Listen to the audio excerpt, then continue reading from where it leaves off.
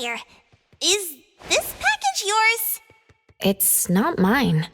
Tagado says it's not his either. Oops, we made fun of Tagido for nothing. Not his, not mine, not Sakiri's, not Adler's. Whose is this? It's taking up a lot of space. Some new, antique? I don't think it's part of Hotori's collection. Huh? Wait, what's going on?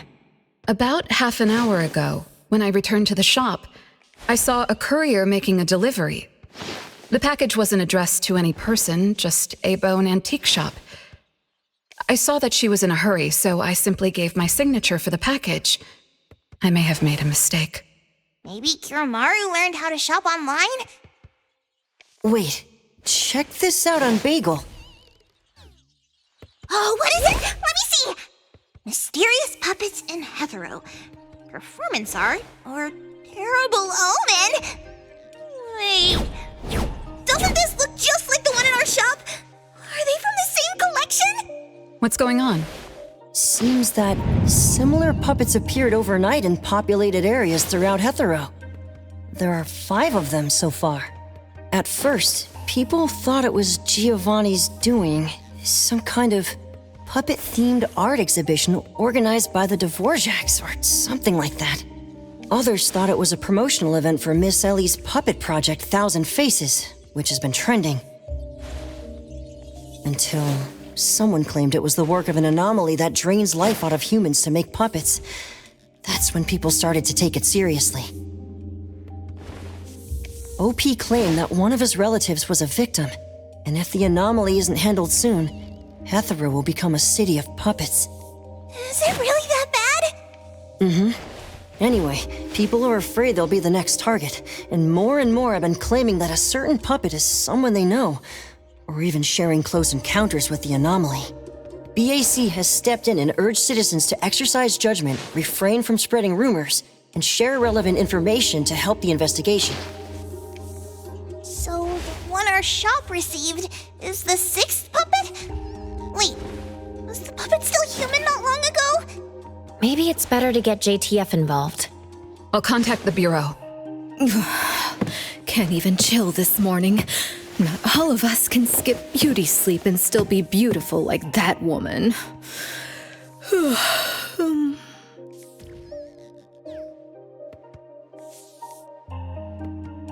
My apologies. It's not your fault, it's someone else. Forget it. So who brought this thing? Take it away, dump it, I don't care. Don't let it mess with the shop's feng shui. We got you covered, boss. JTF will be right here. I don't see you getting excited about bringing customers over, and you're bringing JTF to the shop? You kids better not have stirred up trouble again. Here's what happened. In any case, we'd like you to come to BAC to assist with our investigation. We'll have to leave the shop for a while. What do you think, Hotori? Well, the business of the BAC matters more than ours, so we'll comply. But the BAC will compensate for missed working hours for Precious, Daff, and me. Why am I included? Of course. The BAC will provide reasonable compensation for losses incurred from taking up your time. Boss, I want to come along too. There are no Misties to catch today. The shop isn't closing for the day. Someone needs to handle things until Adler gets back with groceries. Don't blow up the place while I'm gone. All right, you can count on us. Well, when you're back, make sure you fill me in. Okay.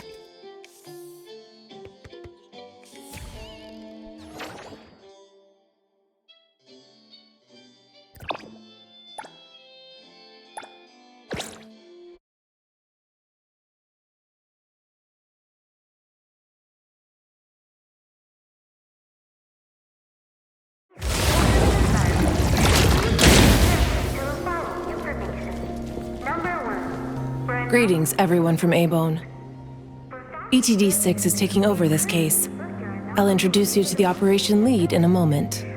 If Nellie's handling the introductions personally, this must be quite the complicated case. Since there's already online unrest, we decided to assign a team specializing in anomaly crimes and meme anomalies. Anomaly crimes? Those refer to human criminal incidents that involve the exploitation of anomaly characteristics, or espers. So, the Bureau suspects that this isn't the work of anomalies alone.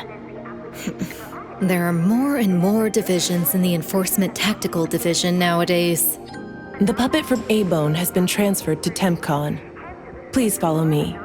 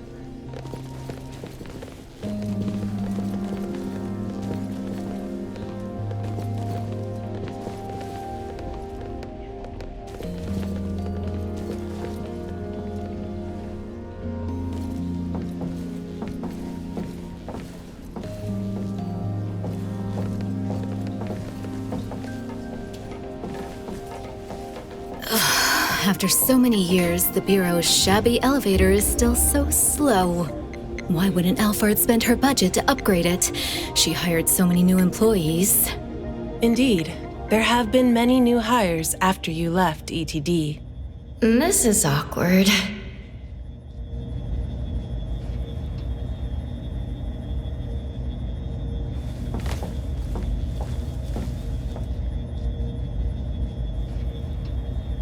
Precious, Daff, see you later. Aren't you coming? I'd love to hang around and meet teams I've never seen before, but my dear Director Alphard needs me for some grown-up discussions. Is it about Ebisu? Should I go with you? Our Precious wants to feel the cool AC and expensive sofa, as well as the endless lectures from the Director. She only asked for me, but I'm sure she wouldn't mind another one, especially one who's such a good kid. You mean I don't have to go with you? Don't worry, the containment level needs your expertise more. Next time there's a chance, I still won't drag you along to suffer. When you're done with your work, just head back. Don't wait for me. I just hope today's parent-teacher conference doesn't set a new record for length.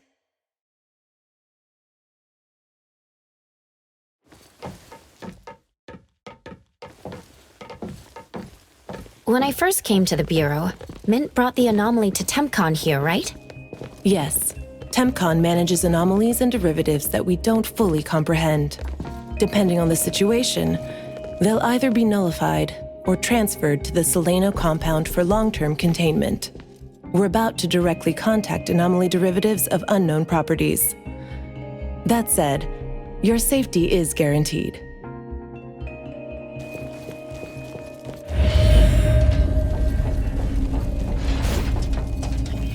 Trust me.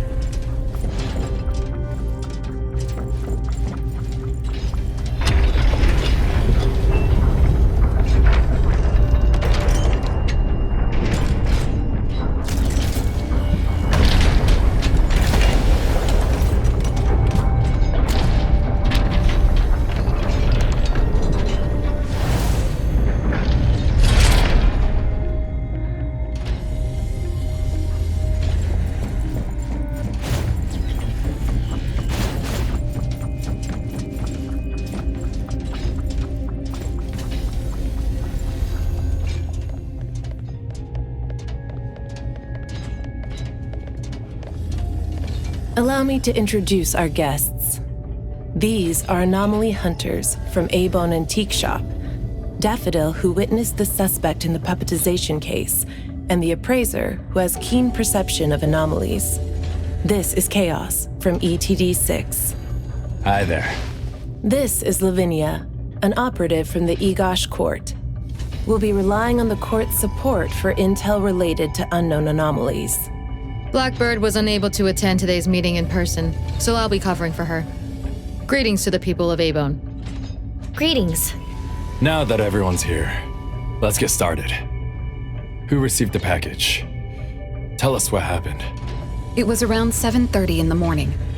I saw the delivery person place the package at the shop entrance.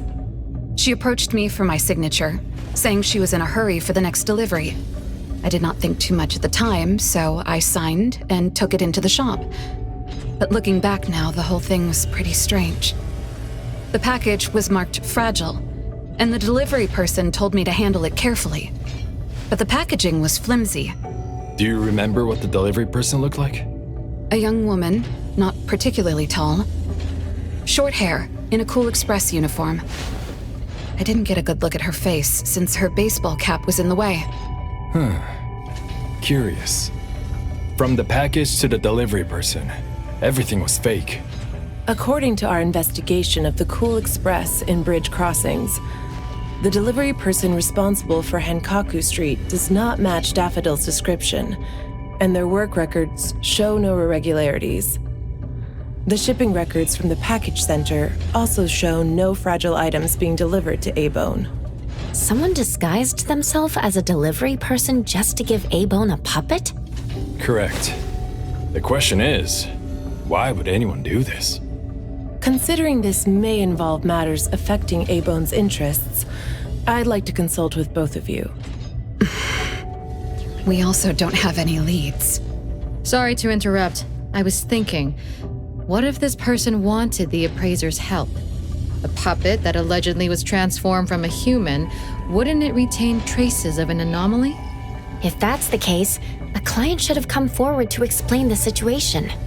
Even without a client, what harm is there in examining a gift at your doorstep? Can I take a look at it? Please, go ahead.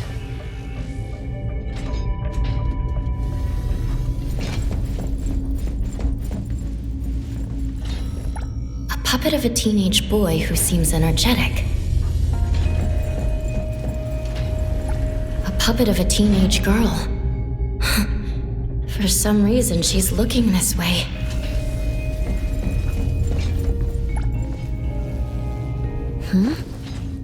The cards in the pocket? The anomaly's aura seems to be coming from these cards. Bella? The red letters are names. And the number 0? All 6 puppets have a similar aura.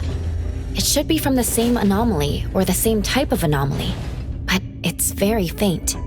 I think the puppets should be ordinary puppets. They were simply in proximity to an anomaly. But the black cards in the puppets' clothes... The cards are the derivatives, aren't they? Very likely. So people being attacked and turned into puppets by anomalies is just a rumor. Pretty much what I expected. Who would spread rumors on Bagel to cause panic? Could it be the same person who delivered the puppet to A-Bone? Bingo. You're asking the right questions. My investigation shows that someone hacked a bunch of Bagel accounts and started rumors about people being turned into puppets by anomalies. This is starting to affect the citizens of Hatharo. Take me, for example. I have a neighbor who never misses her daily dog walks, rain or shine, but she's scared of getting caught by the anomaly and began to ask me to run errands. Who's ever out there watching and laughing at us right now, feel free to pop a champagne. In any case, we can conclude that someone is spreading rumors. But I'm afraid clearing this up won't be easy. We can only explain the truth to the public after we contain or nullify this anomaly, and only then can we completely quell the rumors and eliminate their harmful effects. We have 2 important leads. First, the puppet was delivered to A-Bone by a fake delivery person.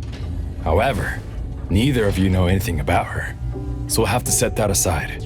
At least we're on the right track. The second lead is that the anomaly can write. In my experience, this is quite rare. I wonder if the Igash court has any records of such anomalies. Could you help us interpret it? Unfortunately, we haven't found any matching anomalies in accessible records. If we can determine the identity of the names written on the cards, I may be able to help.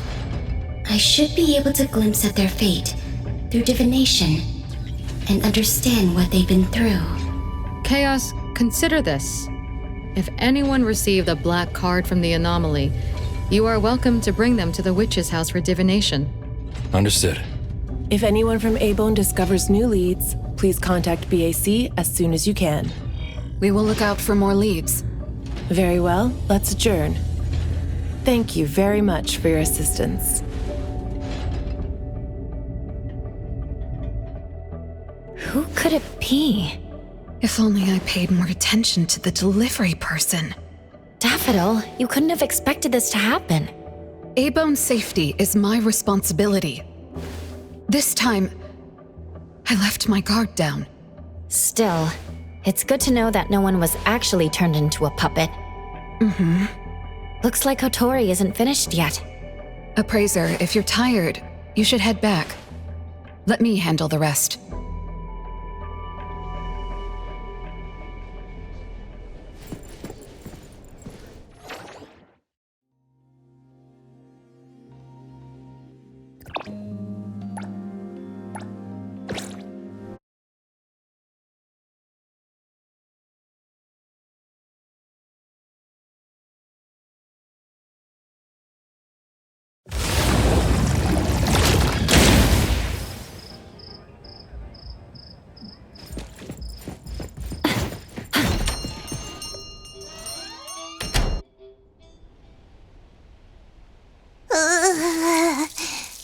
Natalie? Are you okay? One last spot. Alright. Natalie's special training of watering flowers and horse dance complete. Watering flowers in horse stance? I'm learning from my master. Integrate every bit of training into daily life, using the weight of the watering can to increase the training intensity. How's that? Pretty clever, right? Oh? I water flowers like a normal person. Exactly. To master, this is just normal. My training isn't good enough yet. That's why I keep wobbling around. Just you wait and see how much I improve, master! Of course. Thanks to Daffodil and Natalie, the flowers and plants are looking better. I'll take care of pruning from here. Alright. Delicate work like that really is best left to the old man. Oh, by the way, how did that thing from yesterday turn out? Any updates? We couldn't get anything out of Cool Express. The manager even said that they're going to avoid hiring temps for a while. There goes one of my reliable side gigs. The Colucci's funds are running low. Oh, why do you think they're sending puppets to our place in A-Bone? Could it be the anomaly is challenging the Colucci's? Was the puppet sent to deliver some kind of message? What message could that be? Like a coded message in Sin City Chronicles. This is some kind of hint. The hint is something that I, Beiji Daime, should definitely be able to figure out. If that's the case, shouldn't the recipient be you? No, you're right. Why does it only say A-Bone? Could it be that I, Natalie Colucci, am not famous enough? If it only says A-Bone, then who exactly is this hint for? Or could it be meant for all of us? We have a guest. Hello? Is this A-Bone? Are you anomaly hunters? Welcome to A-Bone. You must be here for an anomaly commission. Yes. What do I need to do? Do I sign a contract? Do I have to sign up for something? This must be your first time seeking help from anomaly hunters. Don't worry. Please, have a seat. These are A-Bone's finest anomaly hunters. Feel free to share with them any troubles you have. I'll make some tea for you. Please, wait a moment. Okay. Sorry, I don't know how this works. If you don't mind, let us ask you some questions. That way we can help you figure out what you need. Okay, leave it to me. So, have you encountered anything strange recently? What should I call you? Renee is good enough. I think. Alright, Renee. What do you do for work? How's your day today? Did something weird suddenly mess up your routine? I'm a taxi driver. I start at 8 a.m. and finish at 8 p.m. For lunch, I grab something quick from a convenience store. After work, I go to Food First for a set meal. The weird thing is, for the past few days, every night at exactly 9 p.m., this strange guy in a cloak shows up and attacks me. Though he looks scary and hits me pretty hard, when his attacks land, I don't feel a thing. I just cover my head and let him attack me for about 10 minutes. Then he leaves. Well, I think he leaves. When I peek through my fingers, nobody was there. That's about it. Isn't this strange? He attacks you every day? Even if it's just a prank, that's messed up. Here's your tea. Thank you. Every night at exactly 9 o'clock? What kind of kink is that? Maybe it's like those guys from gangster movies who like to dress up scary to shake people down for money. They usually show up at the same time to establish an air of authority.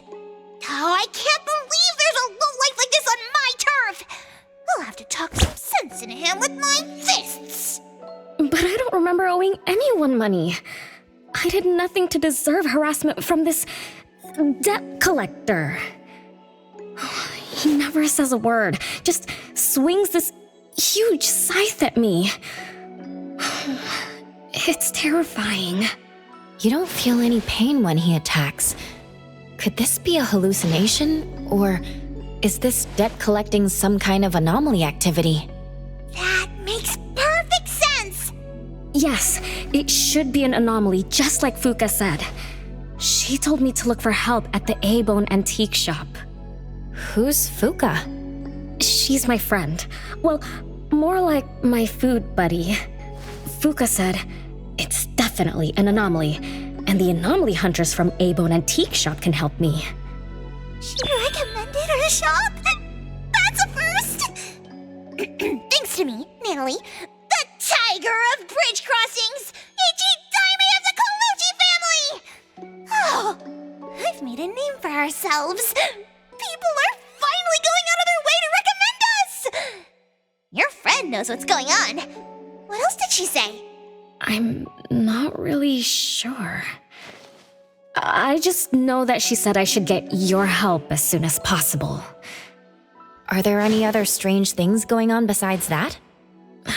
It's hard to say. I don't know. Sorry, I don't have a great memory. I only have vague impressions of most things. How about you go ask Fuka? She also saw the anomaly in the parking lot that day. I think. She seems rather scatterbrained. It'd be good to hear what others have to say. It's almost mealtime. Fuka should be at Food First. Shall we? What do you think, Appraiser? Master? This is our first commission of the day. We'll help figure this out and see if there's really an anomaly causing trouble. Let's not disappoint this very tasteful person who recommended us. Let's go take a look. How about you, Master? Huh. Master hasn't worked on a commission with the appraiser yet. Maybe this is a good time to show you my latest training results! Hattori has no plans to go out today. Rest assured, I'll watch over the shop. Very well. Let's head out. Let's go. It's been a while since I had food first. Oh, I'm craving for their hamburger steaks. Hey, old man, we won't be back for dinner tonight. Take care.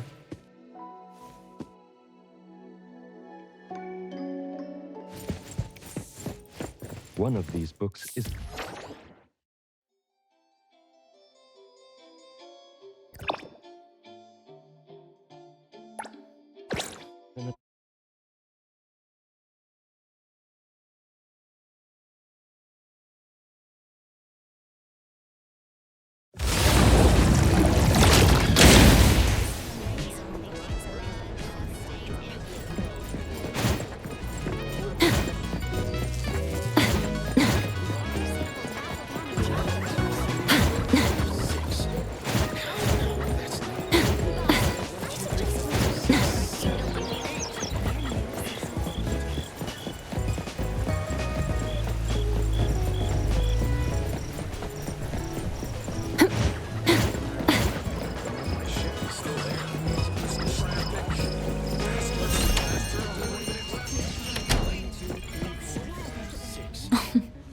You're later than usual, little Renee.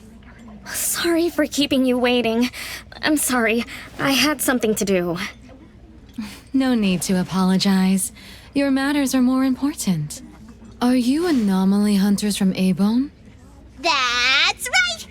The A-Bone detectives are back in action!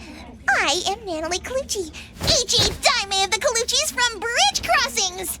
This one is the core of our family, the Appraiser! And this here is... It's been a while, Daffodil. Well, you already know Master? Your master helped our family solve quite a few troubles in the past. Mother still can't stop talking about Daffodil's moves. Oh, no wonder you recommended us to Renee. Master's commissions always get perfect reviews. Sorry, I don't quite remember. It was probably back when the shop first opened, right? After all, we have monopoly on all anomaly commissions now. Fuka, we'd like to ask about the strange thing happening to Renee. Can you tell us about it? Of course. Let's sit down and talk.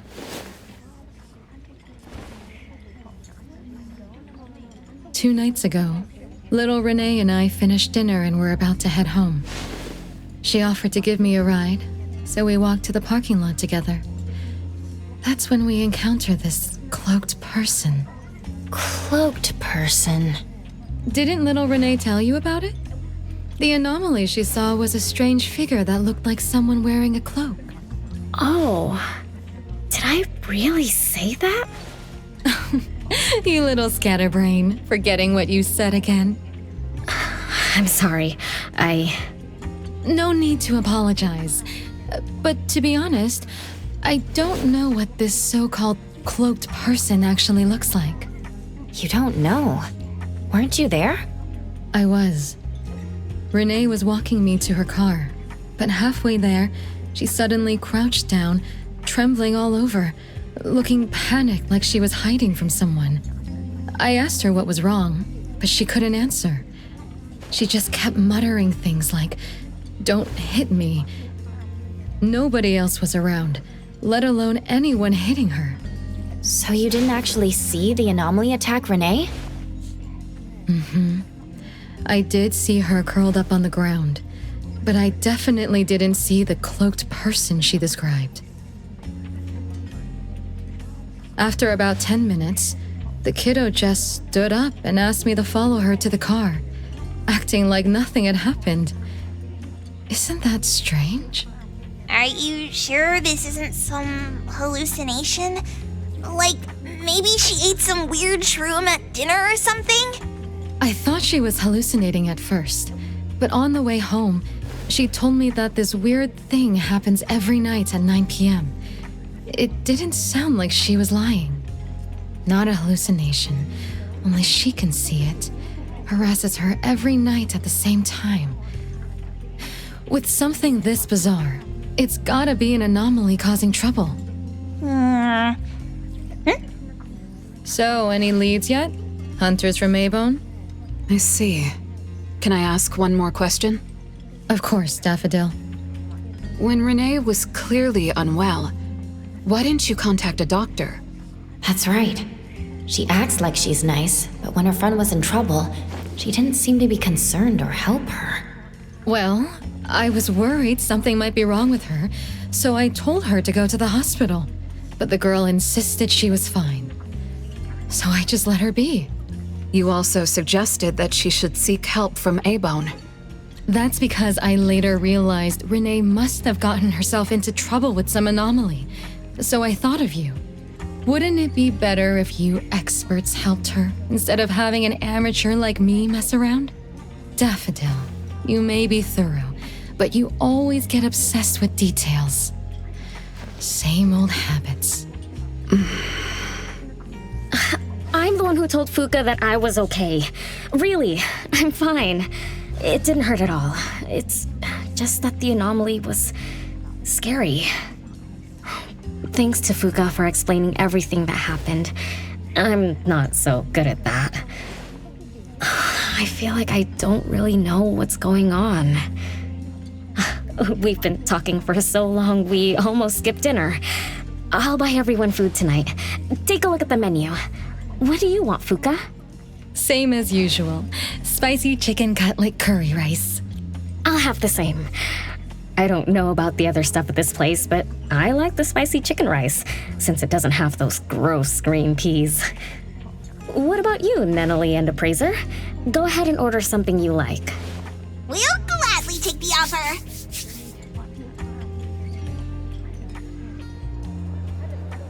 It's 2 minutes before 9 o'clock. According to Renee, the anomaly will appear in the parking lot right on time. I wonder if we'll get to see that cloaked person show up to collect debts. From what Fuka said, not everyone can see it, right? Or maybe ordinary people can't see it? It might not be a weirdo in a cloak either. After all, she's a bit scatterbrained. She could have gotten it wrong. There are many anomaly hunters here to protect you today. No need to be afraid. Thank you. You always take care of me. Then I'll walk ahead. It'll show up soon.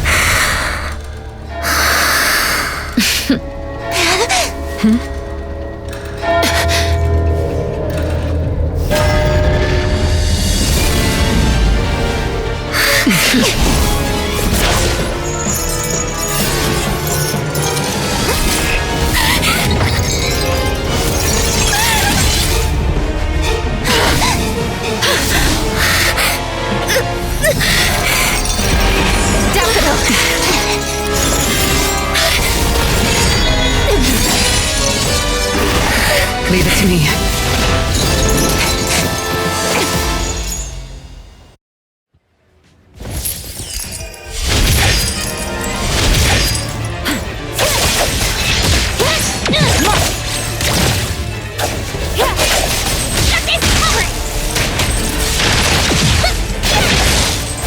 Nice work.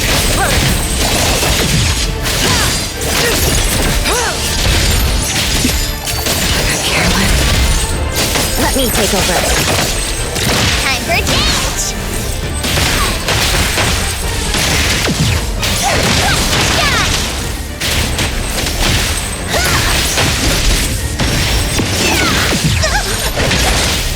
Can't touch this! Be careful. Decided. By Zero!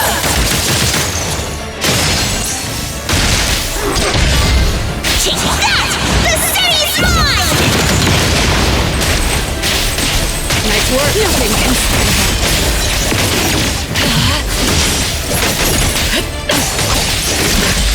What you see is an illusion. Let me take over. Here I am. I'm getting... Just warming up! Nice work. No mercy.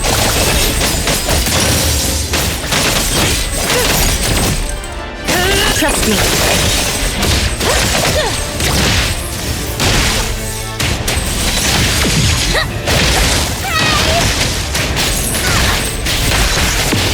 I will now's the time. Fate, splinter, and fracture.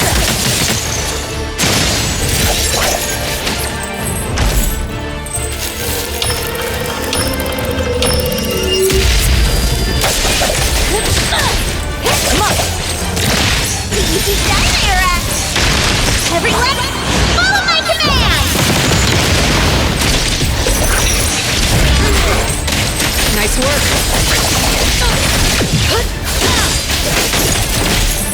Thousand eyes, awaken!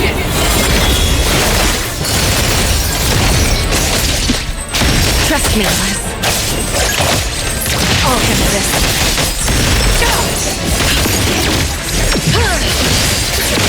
Stay sharp.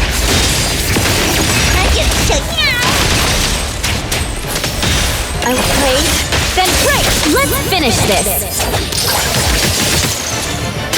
Leave it to me. Saw it coming.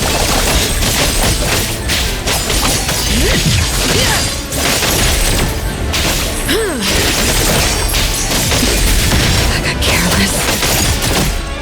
I'm getting flashy shot! Underboss, it's our turn!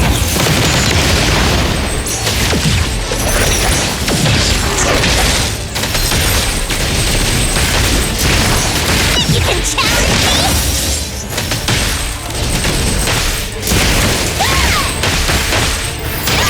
Nice work. Nowhere to hide.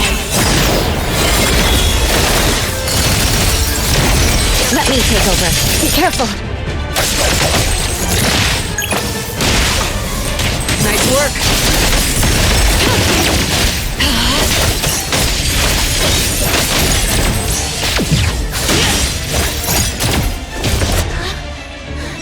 How did it get away? Don't tell me I'm getting rusty!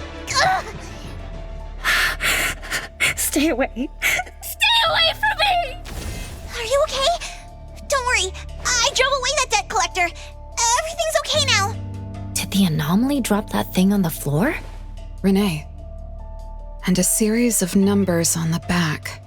Minus 20088. The numbers are different. It's the same type of card the Bureau is looking into. Let me contact Chaos. We meet again. From what I know, you received a commission from Renee to investigate this debt collector anomaly, which attacks her every night at the same time. You fought, then the anomaly left behind the same cards from the baptization case. So you encountered the same anomaly I'm after.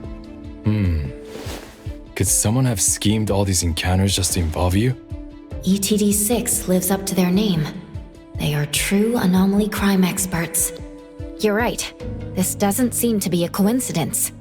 We still don't know who's the mastermind or why they're doing this, but we may have already met her. Fuka, the friend who recommended us to Renee. Wait, she was just here a moment ago. She's already gone. What did she say? She recommended A-Bone because Daffodil had handled her mother's commission before, which left an impression. Daffodil. So it's Daffodil again. Interesting. Thanks for the information. We should make a trip to the witch's house. Good thing it's not too late, so I'll ask the Blackbird and her team to work some overtime. Aren't you coming with us? Of course.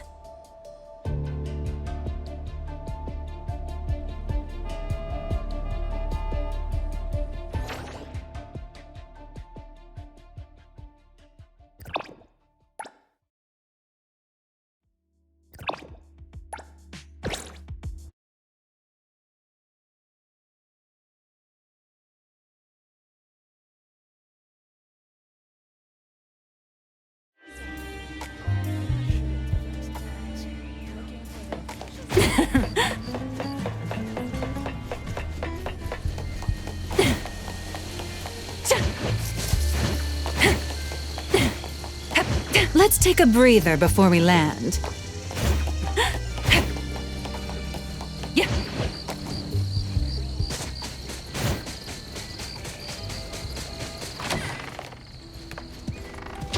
Greetings. Welcome to the witch's house. Hello. Sorry for disturbing you this late. Good evening. This young lady was attacked by the puppetization anomaly tonight. Huh? Wait, what anomaly? The one that turns people into puppets? So, those people really were... Well, we aren't certain at this moment. In any case, could you please share the entire incident with us? Oh, I'll tell you. Renee came to our shop because she wanted us to deal with some weird thing that appears every night at 9 o'clock to attack her. We were escorting Renee to the parking lot of food first, and at exactly 9 o'clock, there was a poof, and a wild debt collector appeared. We don't know its real name. Natalie has been calling it the Debt Collector. That's right. It was swinging a huge scythe at Renee.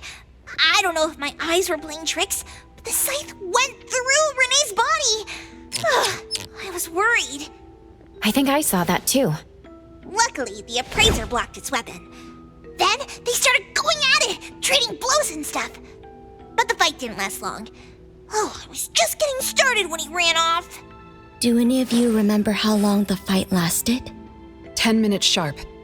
And afterwards, did you discover that the anomaly left the same kind of card for Renee?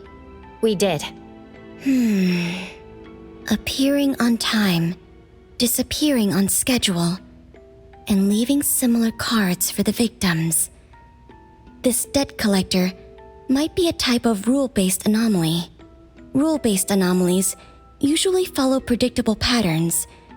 They also have a complete set of rules in their domains. For example, if any of you were to enter the anomalous realm it creates, you wouldn't be able to get out easily. Instead, you'd have to follow its rules. Some rule-based anomalies symbolize rules themselves. You can think of them as the manifestation of rules. Others have some kind of goal. In such cases, nullification is extremely difficult, and conventional containment methods have proved ineffective. No wonder it got away. Is Abisu's security anomaly also a rule-based one? Nantani is its name, right? It is. So, the key is to understand the rules and master them before we can nullify or use them to our advantage. And someone beat us to it. Figured out the debt collector's rules, set up the whole thing. The next questions are, why target Renee? And what do the numbers on Renee's card mean? Why is the message left for Renee different from the others? Another annoying puzzle. If only Nietzsche were here. I could do a divination for Renee. Maybe we can find something. That's a surprise. I've never had a divination before. Is there anything I need to do? Just relax and close your eyes now.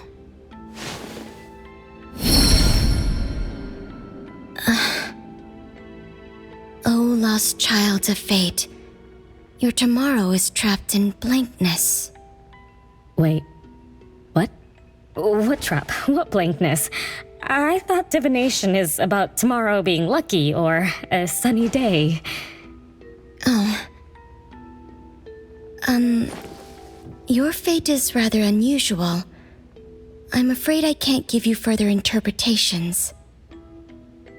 But I once performed a divination for another woman with the same result.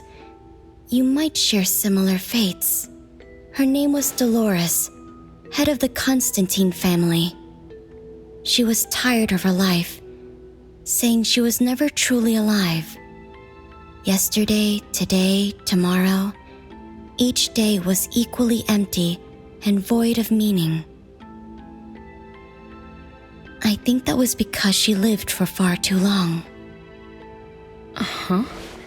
She lived for a very, very long time? They say that Lady Dolores is an immortal with eternal youth, that she made a deal with the devil for unlimited lifespan at a huge price. However, eternal life can be a curse, and the Constantine family met their demise decades ago. That was when most people didn't know about anomalies. People simply believed in curses. From what we know now, she was either a long-lived Esper, or she made a contract with an anomaly. Lady Dolores told me that she is one without heart, which is the truth about the curse of immortality. No heart, no bonds, no attachments. Alone, her memories of the past grew dim through the years. Neither does she pay attention to anything happening around her. All she had was a numb void, but she still yearned for lasting companionship and loyalty. So she sought divination from me to find a way to change things. Perhaps because her future extended indefinitely, with no end in sight. All I could see was blankness. Were you able to help her make a change? If I remember correctly, I told her, if you want something, you must first give. I'm not sure if this helped her, but I remember her face when she left. She seemed more at ease. Both that lady's divination and mine resulted in blankness. Maybe that advice applies to me too? It's just a reference. You could see it as a fun story. It's enlightening, but it doesn't help much with the issue at hand. It's getting late. Let's call it a night. Thanks for all your help. Miss, let me escort you home. Okay. Thank you, Chaos. Blackbird, thank you for your time. We'll head back now.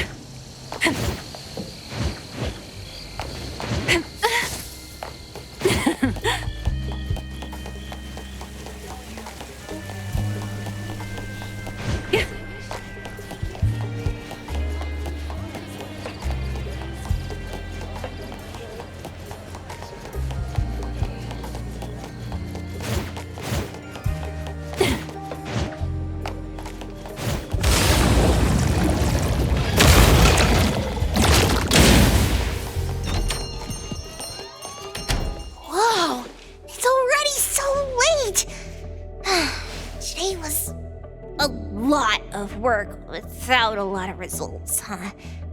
A rule-based anomaly, weird messages on a card, then some story from way back. There seem to be a lot of clues, but there isn't a way to connect them together. They must be related. What could be the missing link?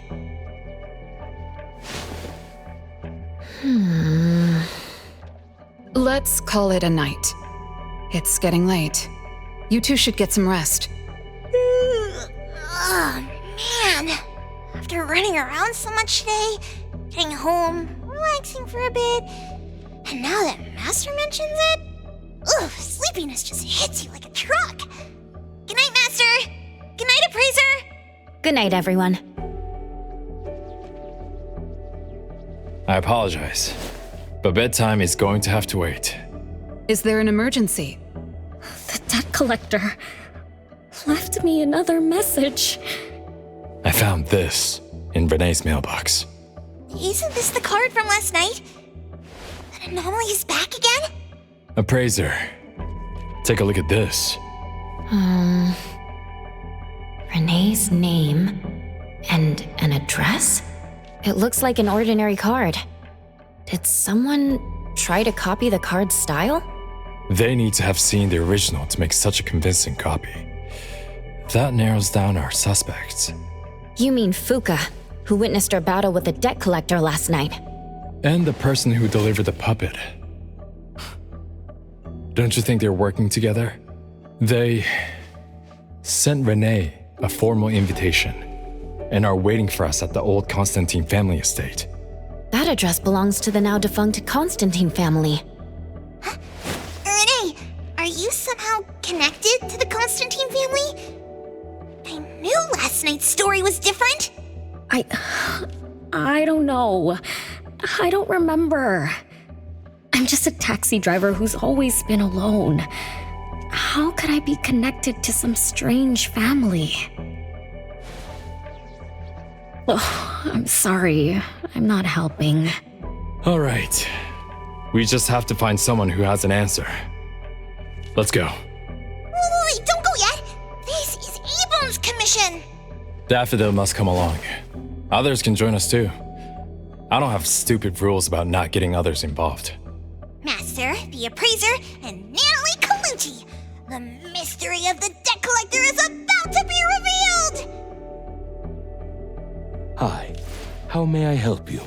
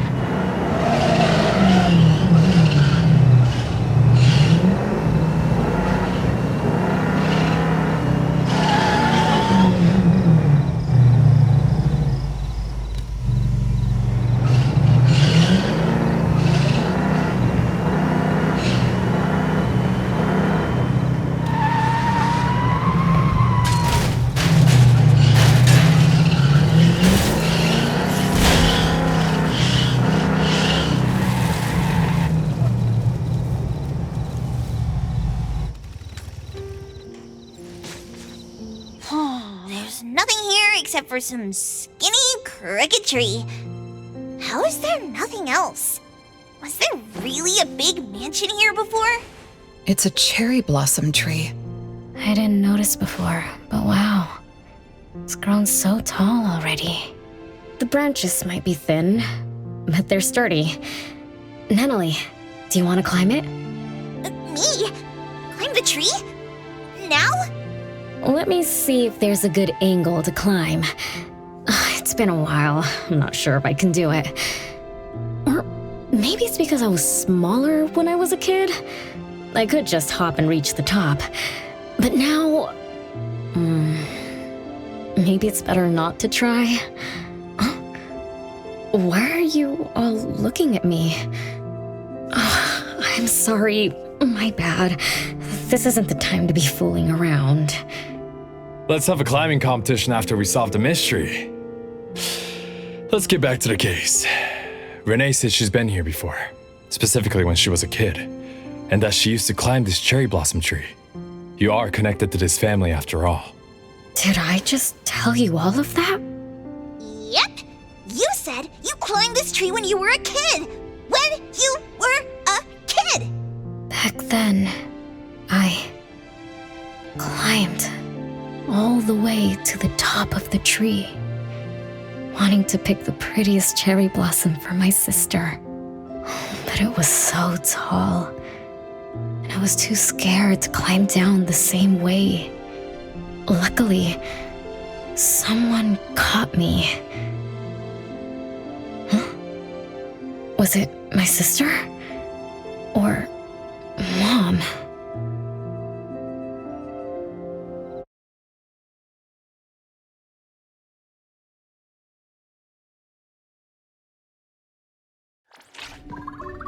Ow! That hurts! Renee, are you okay? My head hurts. But my limbs are where they should be. What about you, Appraiser? I'm okay too. Where are we? What just happened? I'm not sure, but it looks like we're in an anomalous realm. You remembered climbing the cherry blossom tree as a child, then we got pulled in. Natalie and the others aren't here. We might be separated. This is my fault. I'm so sorry. I had no idea this would happen. No worries, it's not your fault. Besides, we hunters are used to being pulled into anomalous realms. The real question is, how did we end up here? What a grand entrance. This must be some wealthy family's mansion. Such as the residence of Lady Dolores, head of the Constantine family. Have we traveled to the past? Not necessarily. Maybe the anomalous realm is simply recreating scenes from the past. Do you recall anything else from when you were a kid? Anything helps. I can't. My brain is still foggy. But I can feel this. Ever since I got here, I've been having a sense of nostalgia. You must be somehow connected to the family. Whoever brought us here knows that. But didn't the Constantines disappear decades ago? That doesn't match up with my age. You're right. What you just remembered was from when you were little. If you can remember more, maybe we can get closer to the truth. I'll do my best. But how do I do that? Let's look around. Maybe we can find the key to your memories.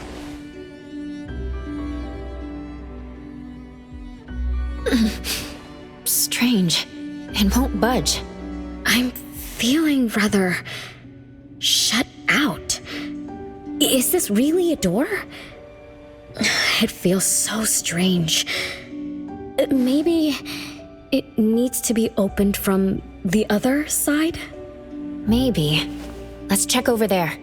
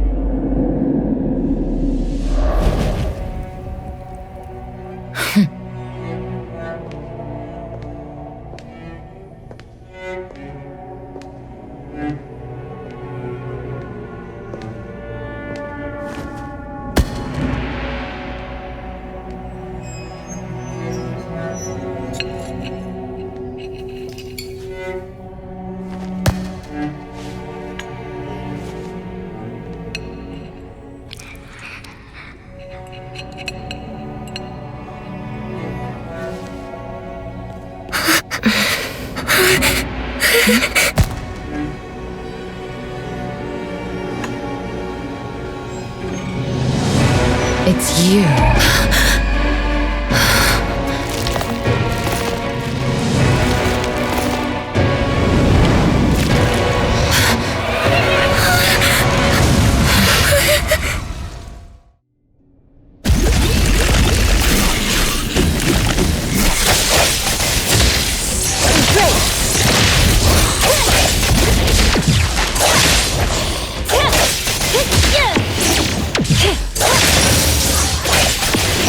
looking good.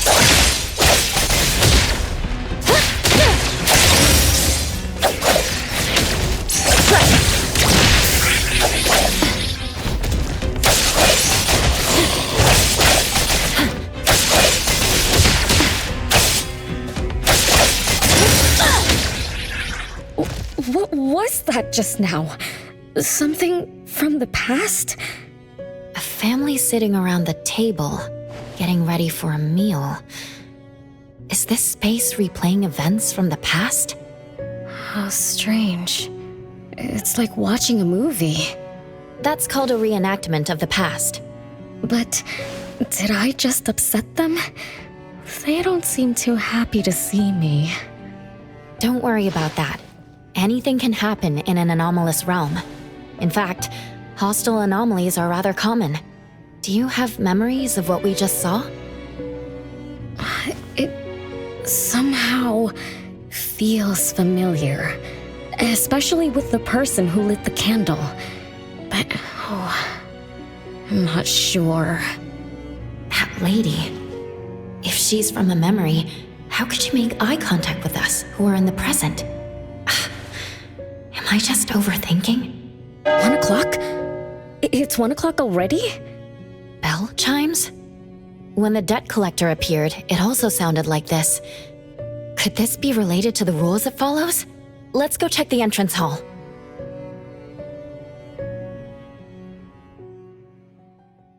Oh, impressive! Classy! Great taste. That's how big families do it. If only the base of the Kalujis were as fancy as this. Well, we could definitely do without the curse. Do you think Renee and the appraiser already went ahead of us? Let's go in to investigate.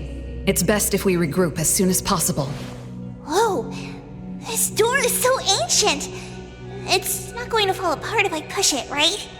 An old, ruined mansion that suddenly appeared, long neglected and unmaintained. Could this be how the Constantine family mansion looks now? The desolation we just saw could be an illusion to hide this place. That makes sense. And then Renee dispelled the illusion. She must be part of this family. In other words, the master of the family returns. An old mansion abandoned for decades. I better be careful. I won't be able to pay for damages if I break anything historical. Yeah, we're inside an anomalous realm. Be careful. Alright then, let's be gentle. Hello there!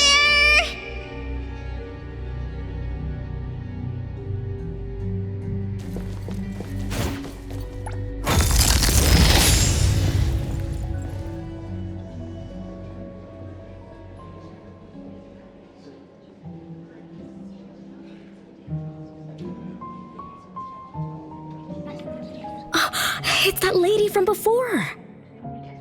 Excuse me. Sorry. Wait a minute. Were you talking to me? She just walked away without responding. I'm so confused. We can talk to people from the past? It's like an interactive movie. No, wait. It's more like a stage play. Maybe we're also on the stage. Are we the audience? Or are we unwitting participants? Let's just say we're on the right track. You could try talking to the one who just lit the candle. Ask about how things are going. That lady. Oh, there she is! We'll have to squeeze through the crowd. It's going to be tough. Why are there so many people here? Are they having a banquet, salon, or something like that? Before I talk to that lady, should we talk to the other guests first? We can figure out what's going on in this mansion. That's a lot of people, though. When I drive a taxi, I don't need to speak to more than 2 or 3 passengers. No need to push yourself. Want me to handle this instead?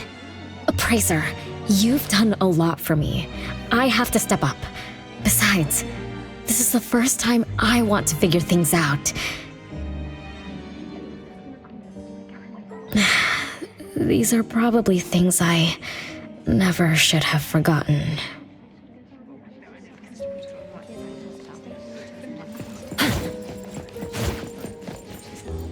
I might not have another chance like this. I better make the most of this. We need to seize this last chance to butter up the lady. Maybe she might even invite you as a guest in the future. Oh, don't even think about it. Look at all these people. Everyone is trying hard to impress her.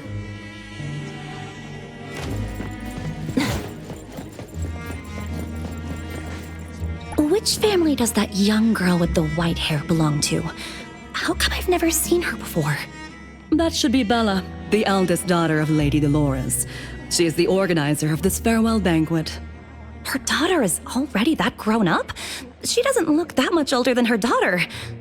Shh, keep it down. You know that woman is cursed. What a shame. I was hoping to introduce my brother to Bella.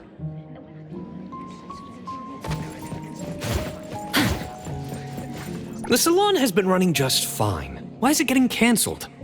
Apparently the lady wants to focus on family affairs, so she's withdrawing from the social circles of the nobility.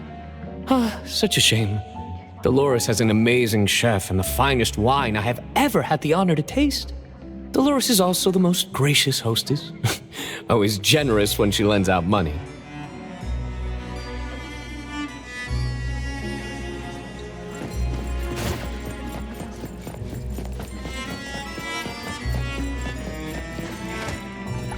That woman is finally stepping down from the stage.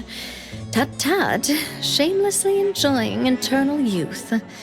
Just because she had a deal with the devil. Look at this mansion. Look at all these treasures. Who knows how much wealth she's swindled over however long she's been alive. This is my last chance to find her source of immortality. The salon ends at 3 o'clock.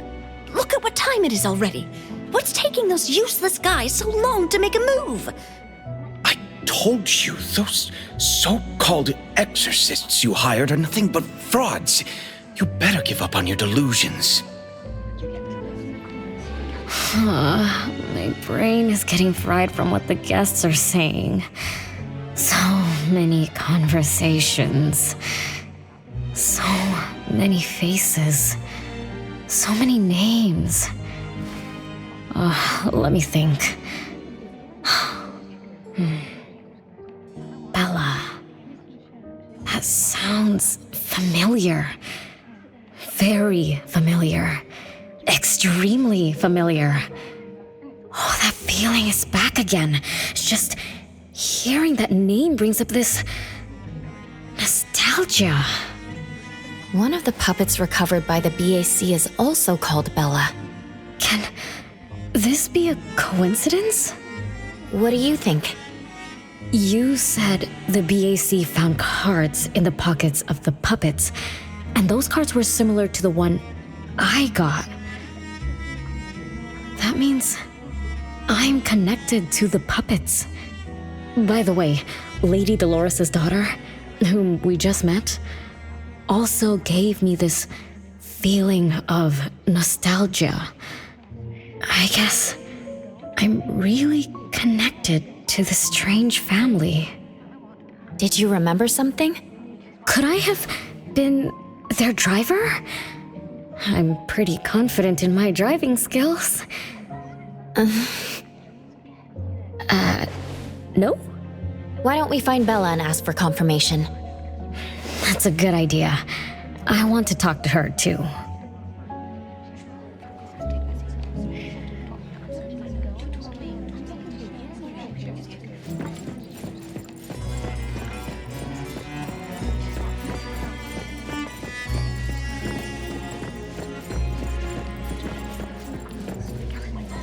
Renee, this isn't a place for kids. Huh? Bella?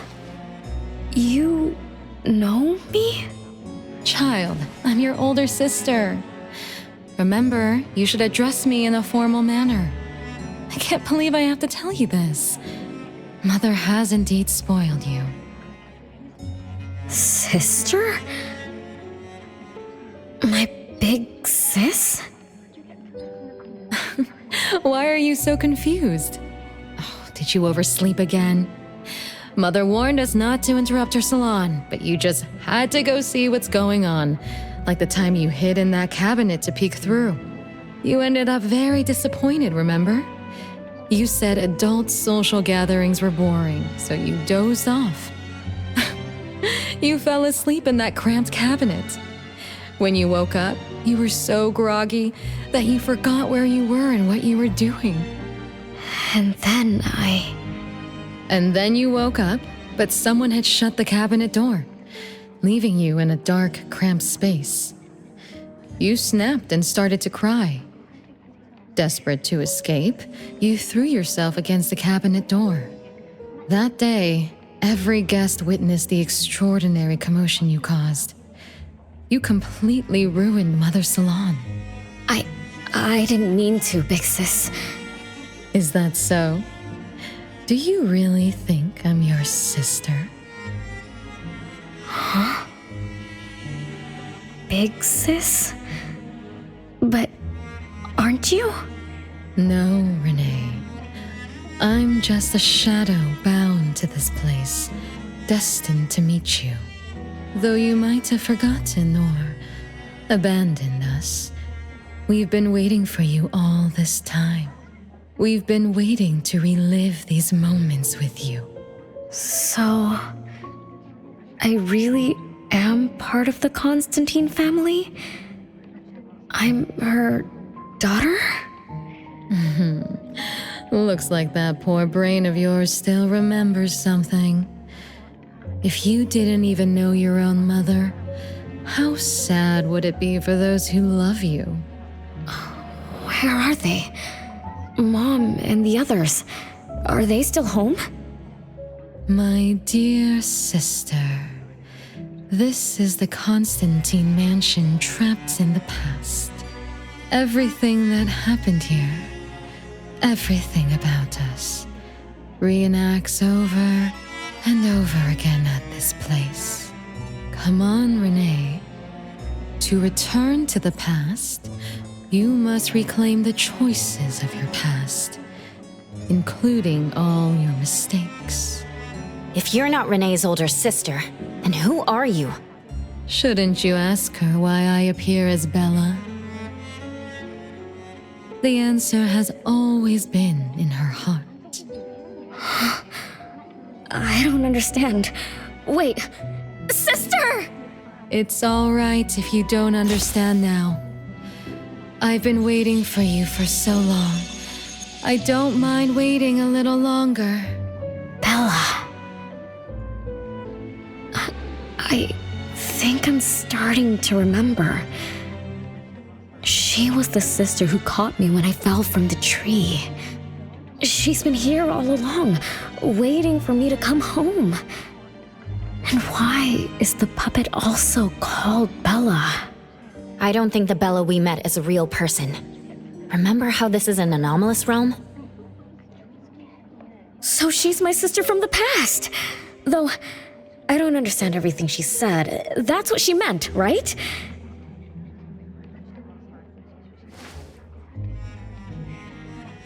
Then I really am part of this family.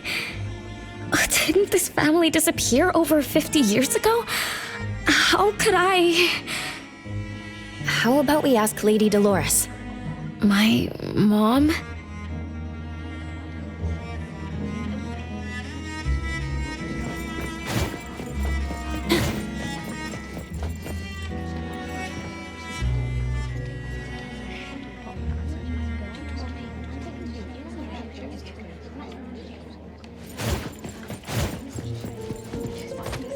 Hello, can I pass through? Excuse me, coming through. Hey, get in line if you want to butter up the missus. Take turns like everyone else.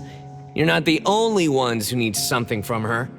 Dolores is far too kind to you commoners who are uncultured bumpkins with no etiquette. Do I need to remind you about what first come first served means? I don't think we can squeeze through. These guests aren't very friendly. There was one bell chime when we came in. The salon started at 1 o'clock. If this scene closely follows how it played out in the past, they should leave as soon as the salon ends. We should be able to approach Lady Dolores then. Oh, good point. Thanks for coming up with a plan. I couldn't have done this alone. When does the salon end again? It should end at 3 o'clock. So we wait until the clock chimes 3 times.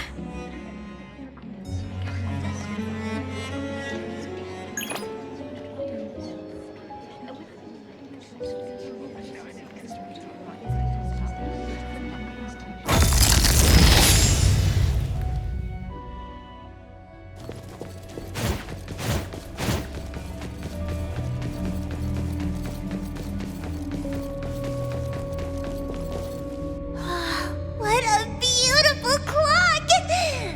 Is this what history feels like? Why is it stuck? Let me fix it. Wait. What's wrong, Master?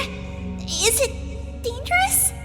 It's best to remain vigilant in anomalous realms, especially with clocks. Oh, right. That debt collector anomaly is also related to clocks. Blackbird once mentioned that rule-based anomalies follow established patterns strictly. It would be a good idea for us to pay close attention to time. Got it, Master. We look around for clocks, watches, and stuff like that. But, I guess I was in a bit of a rush. It doesn't seem it cost anything, though. The debt collector didn't appear this time. Ouch! My ears! Something else showed up. Hey! Watch this!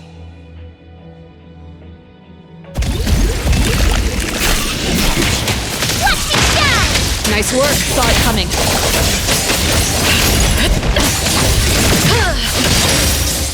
I'm gonna show you how a great teacher makes a great student! Nice work. I'm gonna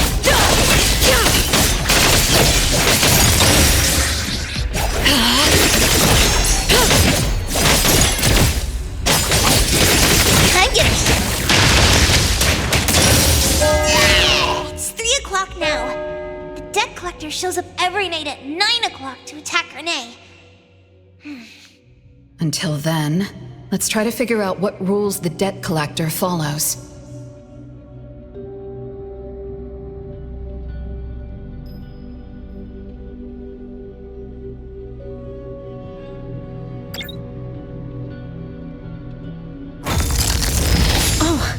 It's 3 o'clock already.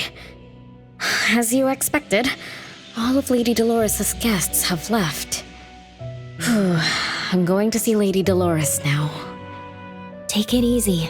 Don't be so nervous. I'm here with you. Okay, deep breaths. Deep breaths.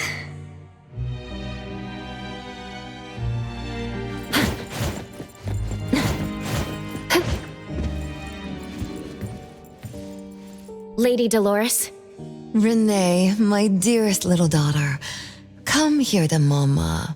No need to hide anymore. The troublesome people are all gone now. Mom? Are you angry with me? I was too naughty. I hope I didn't interrupt your salon. Angry? How could I be? I just didn't want you to see those people too early. To witness the greed, foolishness, and ugliness of those who long for so-called immortality. Are you talking about the people who were just around you? My little petal, they must have frightened you. I promise nothing like this will ever happen again. This pathetic charade will soon be over. Mom, you've always hated the salons? Feelings of love or hate didn't matter at first. I simply had to run the salons. I had to use these connections to reverse the decline of the Constantine family. Besides, I don't even remember all the little things. But Even though my goal was fulfilled long ago, these salons kept going, one after another. Perhaps they weren't the only greedy ones. I was too. I was too young and too foolish. I mistakenly thought gathering them under this roof could bring me some comfort. However, they were nothing but a bunch who envied the family's reputation, coveted the wealth in this mansion, and lusted for so-called eternity. After a while, I came to see them as nothing more than greedy beasts, scrambling for scraps and pandering jesters making fools of themselves. I guess they sufficed as entertainment. I don't get it. It's okay if you don't understand. Mother promises that you, my little petal, will never need to understand this. These troubles will never bother you again. Mom, are you not hosting salons anymore? Whatever I sought in those salons was a mistake from the start. I must correct this mistake. And the catalyst for that change is you, my dear. My little petal. Family is what matters most. You are the most precious gift in my life, as well as the very source of meaning in my stagnant existence. Whatever time we have left, we must treasure every moment together. From now on, as long as I'm with you, as long as our family lives together in harmony, a moment of happiness with family is worth more than an eternity in solitude, even if it's just for a brief moment. Mom, wait! Little Renee, what would you choose between an eternity in solitude or a moment of happiness? Big Sis! You appeared out of nowhere. That was spooky. Oh, wait. What did Mom mean? And the rumors about the family. Is Mom cursed with eternal life? But how can eternal life be a curse? Isn't it great to live forever? So that's your answer. Well, having something is better than having nothing, and having more is better than having less. Right? Like, if you have endless time, couldn't you do as many things as you wanted? If I had eternal life, I wouldn't know what I wanted. And I wouldn't know what I could do. I wouldn't even remember what I've ever done. Is this my life right now? All this time, what have I been living for? Days with nothing to do, with no meaning, and with no end in sight. So that's why it's a curse. Poor Petal. It seems that even after forgetting us, you still haven't found what you desired. Or was the kind of happiness you were looking for nothing but drifting through life in a daze, barely conscious? No, I didn't forget you on purpose, Big Sis. It's not like that. Little one, you self-contradict and don't act as you say. But I believe you, because you've already paid the price. Just like your first answer, you made a choice before. That choice allowed you to return here by yourself, but it also made you forget everything, including us. You're saying Renee chose eternal life like Lady Dolores? What do you mean? Me? Eternal life? No way. Did I? But what about you, Big Sis? Mom? Are you all alive? At least you weren't made into puppets. Thank goodness. Renee, You basically forgot everything about us. Mother, the one who gave us life, loved you so much. She used a picture of you as her bookmark. When she read before bedtime, her gaze would always drift toward your smiling face. Every little thing about you, your quirks, your habits, your childish nonsense, she remembered it all. You were the only one she had in her eyes and in her heart, as if the rest of us didn't even exist. And we are the same way too. Mother, Elliot, Teresa, everyone is waiting for you. Won't you come see them? Mom and the other siblings? Everyone's waiting for me? The cherry tree Mother planted in the courtyard is bathing in sunlight and in full bloom. Time has come to a standstill, and moments of happiness plays over and over again.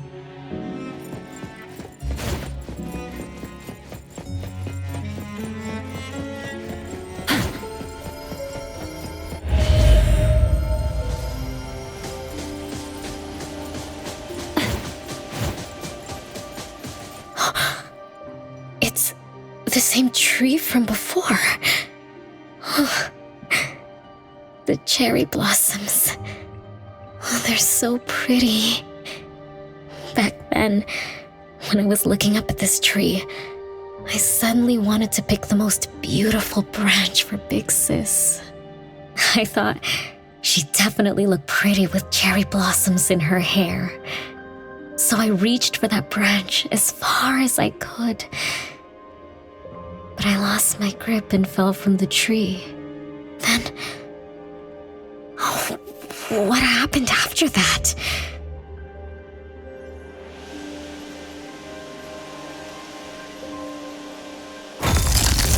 This is the crooked tree we saw when we first got here.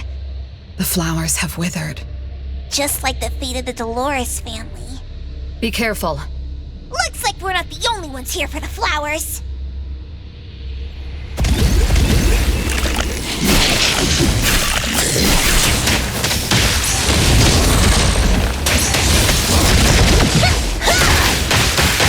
Nice work.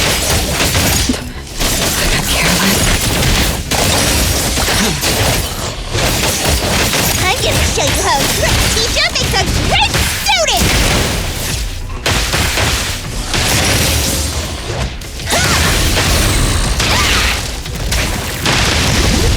Nice work.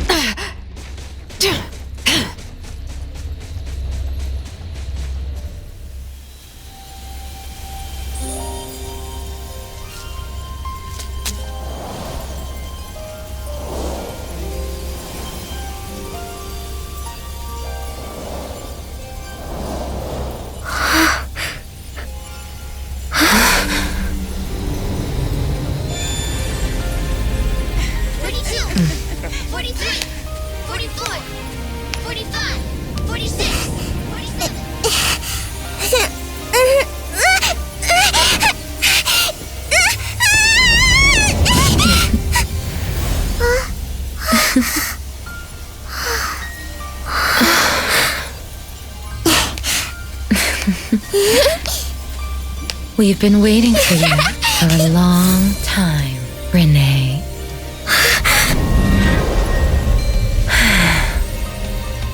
Do you remember the reason we were born and the purpose we must serve?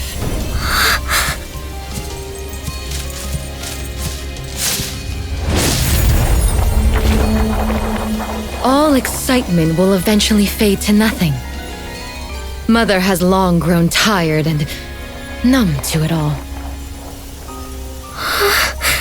After enduring long and lonely times, a wish began brewing in her heart. We thus awoke to the blazing call of Mother's heart and came to her side. We swore with our very existence that Mother would never be alone again. Surrounded by her children, Mother found the companionship and happiness she had longed for. But she didn't stop. She kept yearning for more. Because we weren't able to satisfy Mother's deepest wishes in her heart. However, our Mother's wish was never fulfilled, and that day will never come. The last child to wake up, the most beloved of all, brought nothing to Mother and this family but curses, betrayal, and destruction. And now, she's back.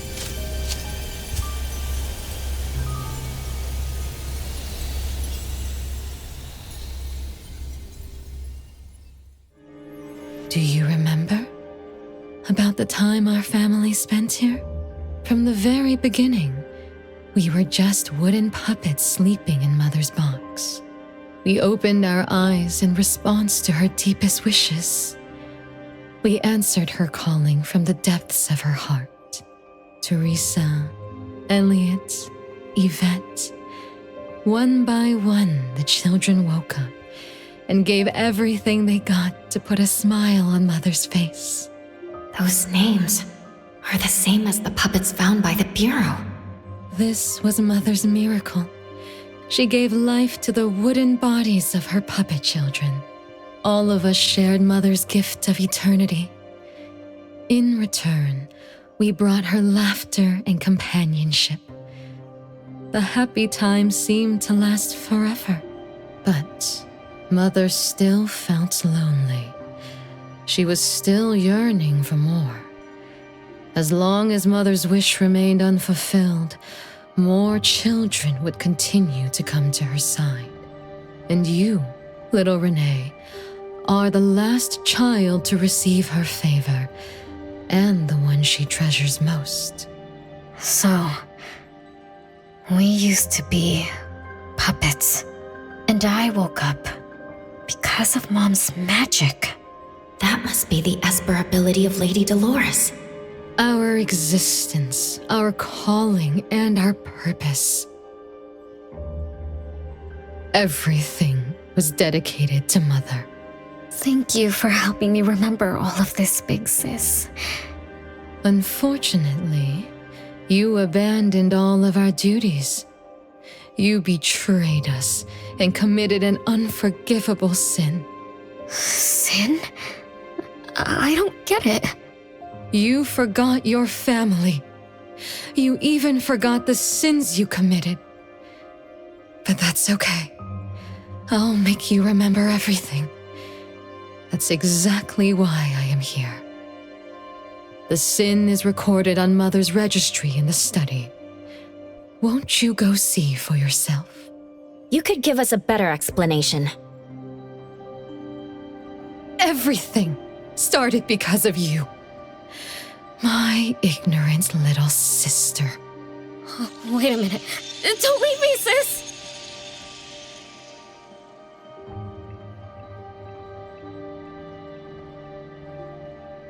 Renee, you're remembering something, right? Just like what Bella said.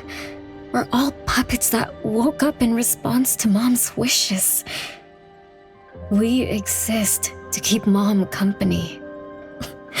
I remember many, many things now. I had tea with my siblings. We also played hide and seek at home. But Mom, our beloved Mom, where is she now? Why am I the only one alive by myself? Where did they all go? We'll have to check the study.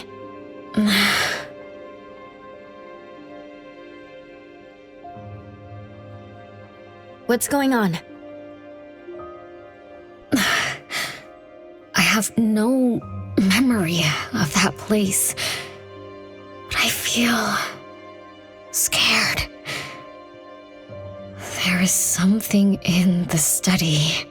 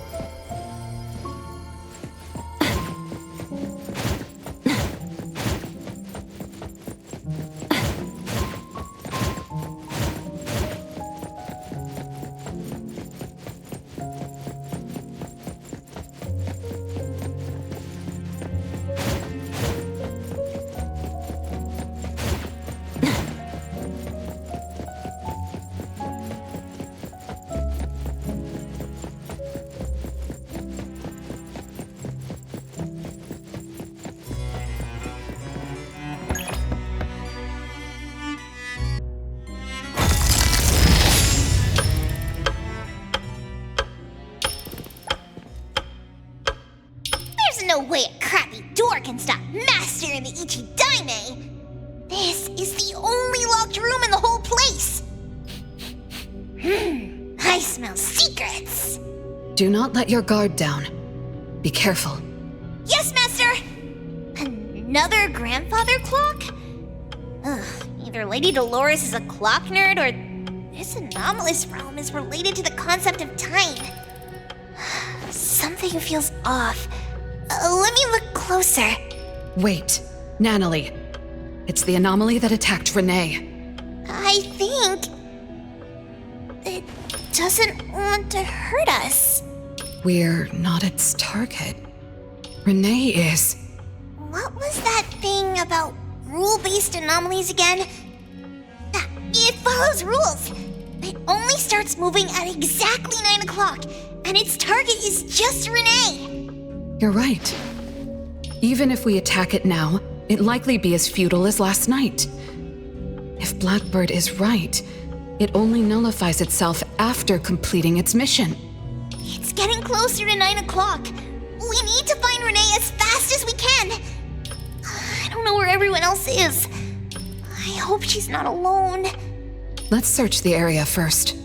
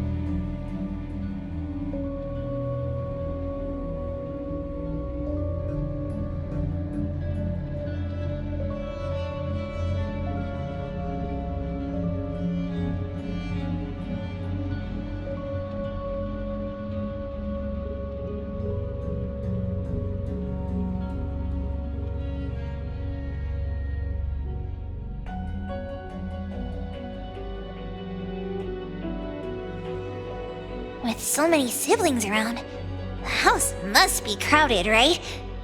I wonder what it's like, playing and messing around with them every day. Master, do you have any siblings? Yes and no. I did once live in a garden with many sisters, but none of us were related by blood. Huh? If you're not related at all, why did you have to live together? Mother collected beautiful flowers as she saw fit. Of course, she was also a woman with no blood relation to any of us. That's so weird. Well, but isn't that not too different from the Constantine family? There are some similarities, but knowing the Constantines, I find it somewhat ironic that our mother and Dolores are complete opposites. I can sense Lady Dolores' sincere feelings as she cared for her children. Though they are puppets, she treated them as real children. In contrast, the other mother simply manipulated the children she collected into decorative pieces for her own fancy. Master, I don't know what was going on, but I'm glad that you got out of the garden. I think so too.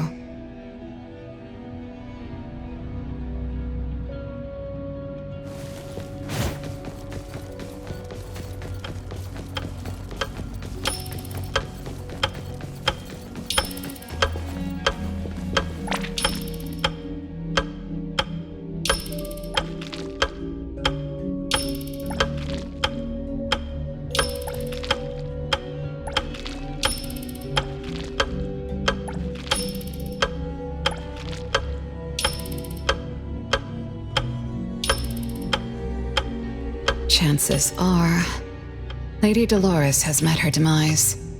Only Renee's number is different. We won't let it turn into 0. The curse of eternal life, a fallen family, a blank tomorrow. Hints about time are all over the place. Could the numbers represent lifespan? Huh? Let's see. 20,000 days is roughly 50 years. Blackbird also said that the family was gone for about half a century. Wait, does this mean 50 years ago? Renee should have... Based on this line of thought, she should have withered along with the family. But for some reason, Renee still exists in this world. So as the days go by, she's just... racking up life debt? If the debt collector abides by the laws of nature, then I believe you're right. All creatures abide by the laws of nature. Birth, aging, sickness, and death. Those who defy them must pay a price. Even espers with near infinite lifespans pay a price when they gain their abilities. Renee, what price did you have to pay? Why did your life freeze 50 years ago instead of reach its end? The debt collector must be hunting you because the laws of nature require your removal. So the puppets at the bureau, they were Renee's family? Removed by the debt collector? Master, what should we do? Renee's commission. A-Bone accepted the commission. There's no reason to break our contract. I'll do my best.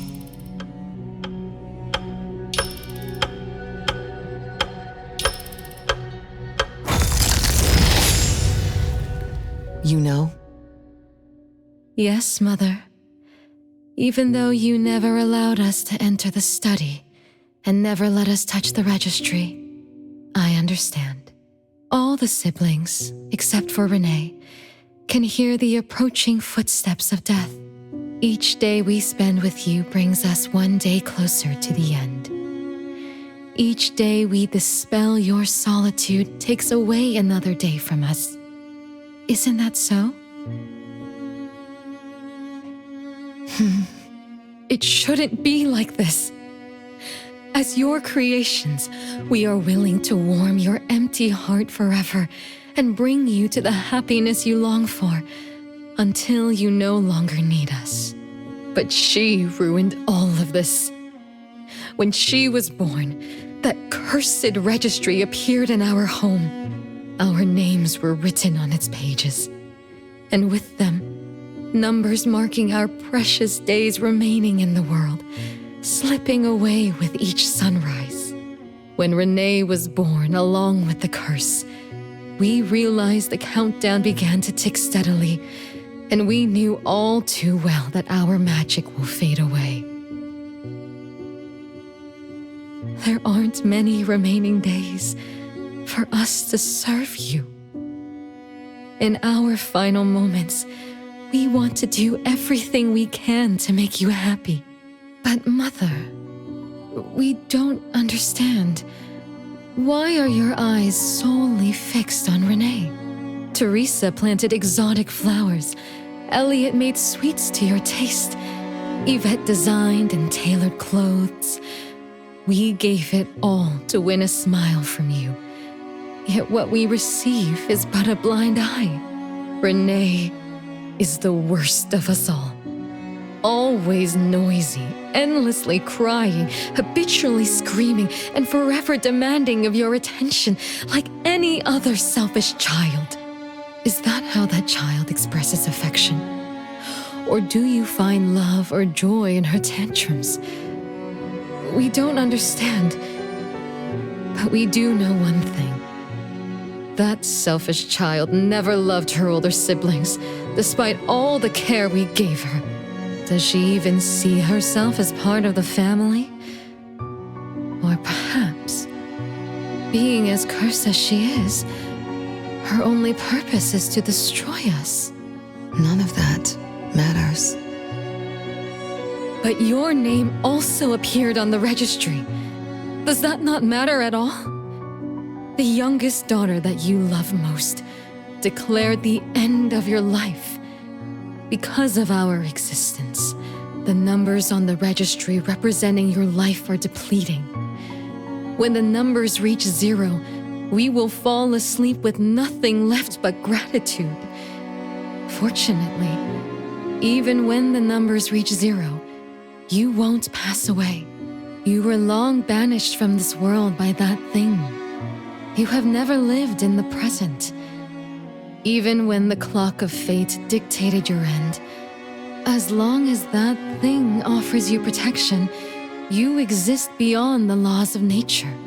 Yesterdays, todays, and countless tomorrows are all but the present to you, as you were forever frozen at that moment that thing took effect.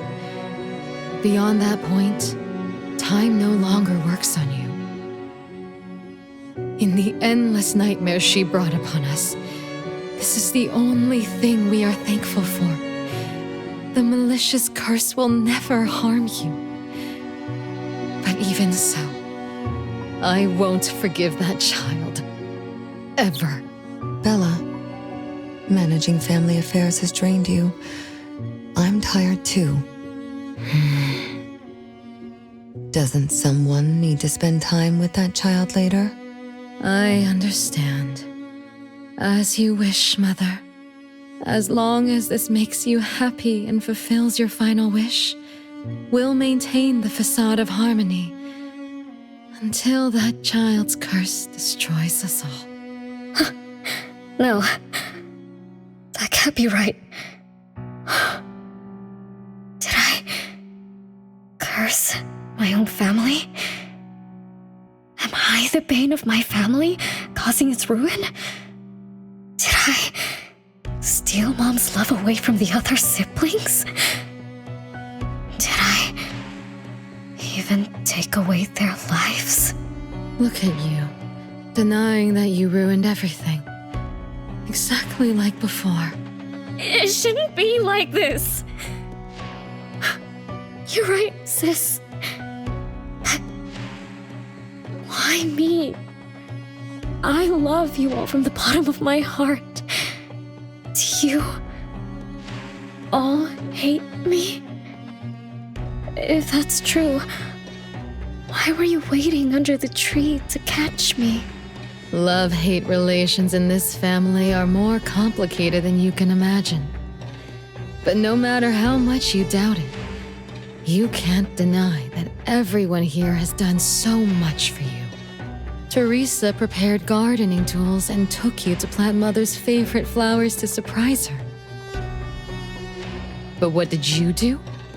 You barely scooped some dirt before rushing to Mother for praise. When Mother saw the cuts on your hands from fooling around, she scolded Teresa for giving you hard work. You ran around Elliot each day, saying you desperately wanted to grow as tall as he was. So he managed your diet and made sure you drank milk. But you, just because he worried you'd get cavities and hid the candy jar on a high shelf, you complained to Mother that your brother was giving you a harsh diet.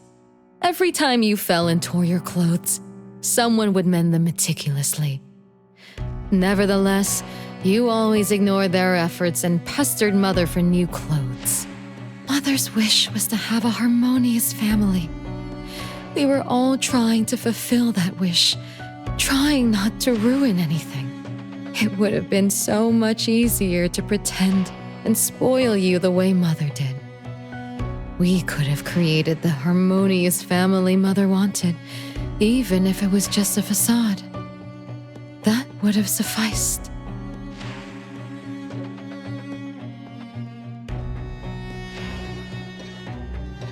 But we couldn't. Even after all your mistakes, we couldn't help but love you like real family.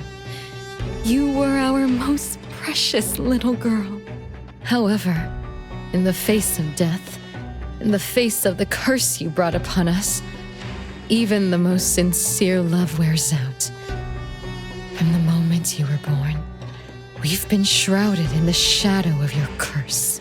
The most unforgivable thing is, Mother, she who brought us into the world, was the one to pay the ultimate price.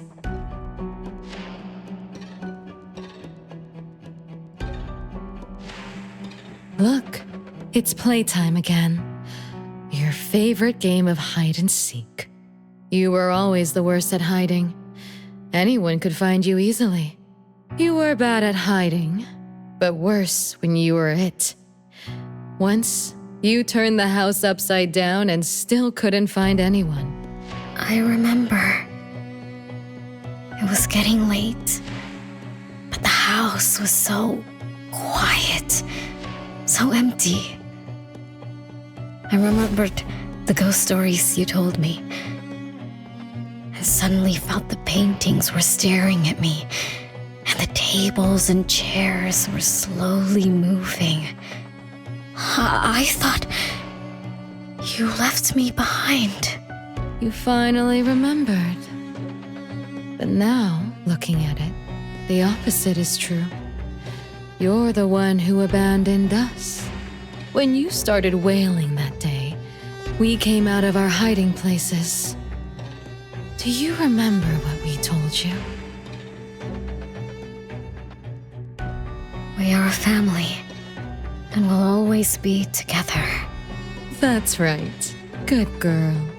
Time is up for hide and seek. Once again, you're all alone. Come find us. I'll be it? This time, you have to find all of us. We'll be waiting for you.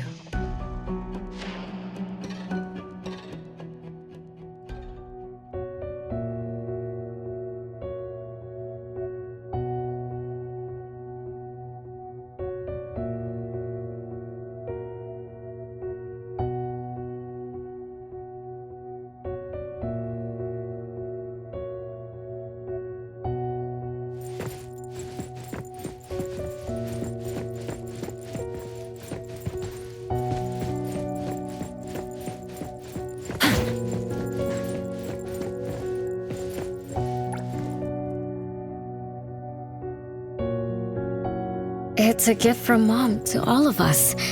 I have one too.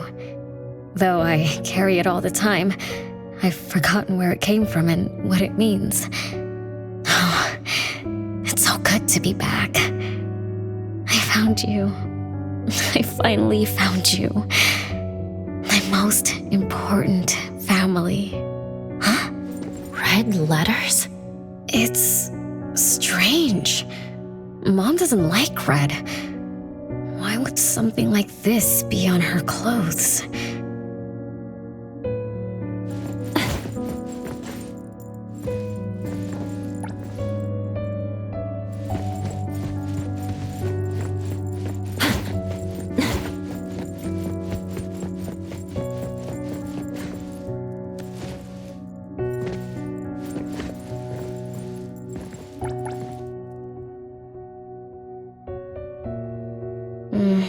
I'm still bothered by those red letters.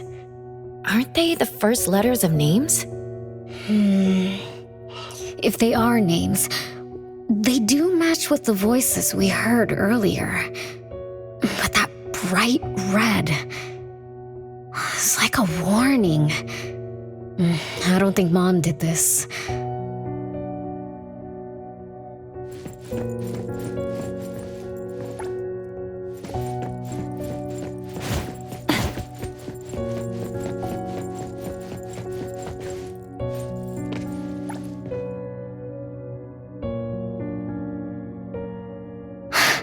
They truly loved me once, which is why now they hate me so much.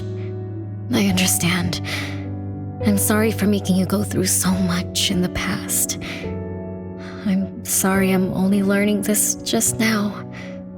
But I'm grateful that I finally do. Big brothers and sisters, what can I do for you? I came back here because there was something I can do. Right?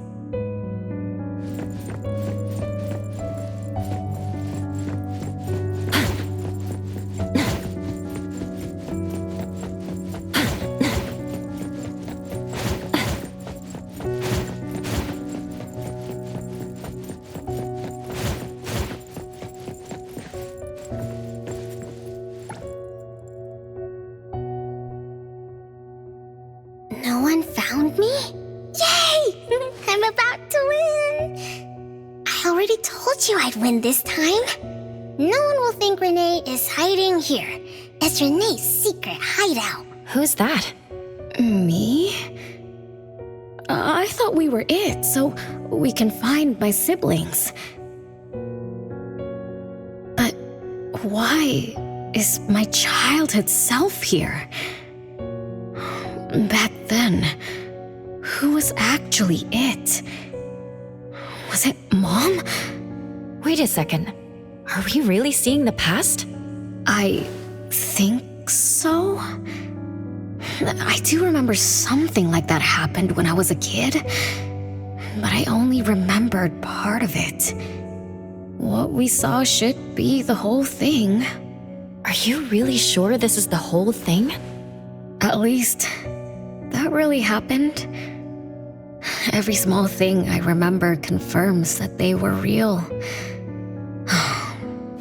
So those words, all those hurtful words, they were real too. Is that right? Something doesn't add up. Please, follow me.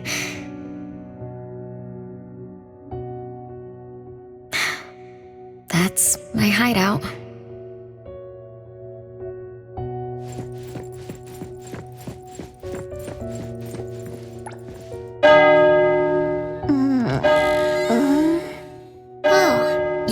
You found me. Am I the last one to be found? That means I almost won, right? Next time, I'm going to hide somewhere no one can find. Oh, are we going to eat soon? Remember to wash your hands before eating. My big sis and big bro will check. If I don't wash my hands, he'll pinch my cheeks. He always says my cheeks are like the softest dough. He only says that because he wants to pinch them. I'm going back now. Is this this the last puppet? No. The last one is here. Look, another letter. R. I've always carried this puppet around. Why is there a red letter etched to it too? It must mean... You finally arrived, Renee. Yes. Big sis, I'm back. But you still don't understand. All you did was watch a replay of how our family met our demise. You must have enjoyed how we cursed ones relive our miseries day after day. No, Big Sis, that's not true. The audience, forgetting they were part of the play, denies their sins, as if forgetting would make it all go away. Have you ever wondered why you forgot this home? Forgot us? Were you forced to forget, or were you unwilling to look back? Renee, you can't lie to yourself. I forgot about the family because I was escaping the past. Looks like you've finally found the answer. Yes, I was born from your desire to escape everything. You left all the painful memories of home with me, so you could live carefree in your blissful ignorance.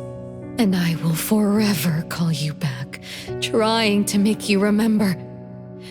You belong here. You belong to our family. So one day, you will knock on our door again.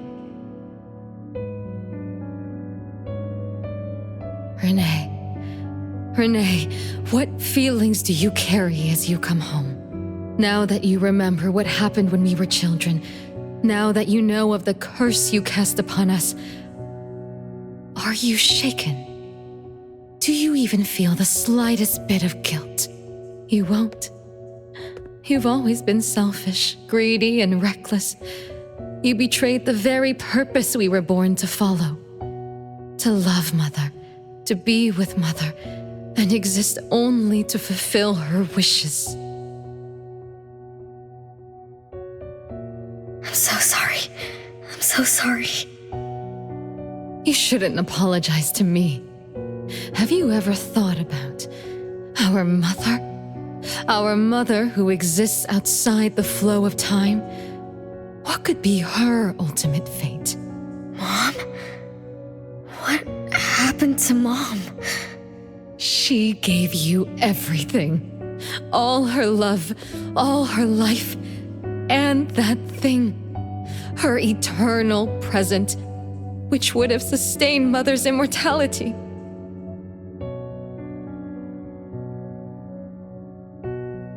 Wait a minute. Big Sis, don't leave! The clock still turns backward.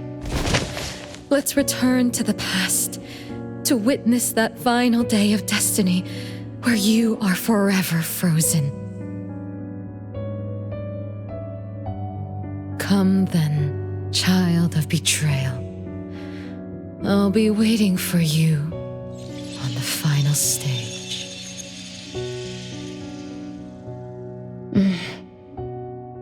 Yes. I betrayed this family. I lived in a daze, left my family behind, just to forget my own sins and escape from my endless guilt. That sin. An unforgivable betrayal. I lived for so long, without purpose. Until today. Renee? Look. This is the message my siblings left behind. I'm not just the cursed child. I also betrayed this home. Betrayed everyone. Betrayed Mom. But my family is still calling out to me. I still have a chance, right? If only I could go back to the past. Back to that last day at home. There's only 2 hours left. I need to find a solution soon.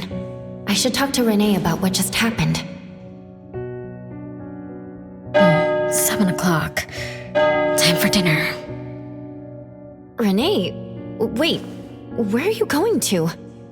Hurry, hurry. The food's getting cold. Food getting cold? I can't keep Mom waiting for too long. I can't make her sad. Renee? That is not allowed. Absolutely not. I can't get to Renee. She's completely lost in the past. Let me organize the clues I've gathered so far. Could the curse in this family be the rule-based anomaly that attacks Renee every night? After all, Renee and her siblings likely aren't entities that abide by the laws of nature. It does make sense to be targeted for that reason. But if that's the case, why does the anomaly only appear when Renee wakes up? Shouldn't the anomaly that enforces the laws of nature have appeared with the first child? Can we really trust this, Bella? Something's not right. Also, why does the puppet Renee carries also have a red letter on it? Are these things caused by the anomalous realm? Or perhaps someone, an Esper, orchestrated all of this. Is that Bella really a shadow from the past? Anyway, I should catch up with Renee.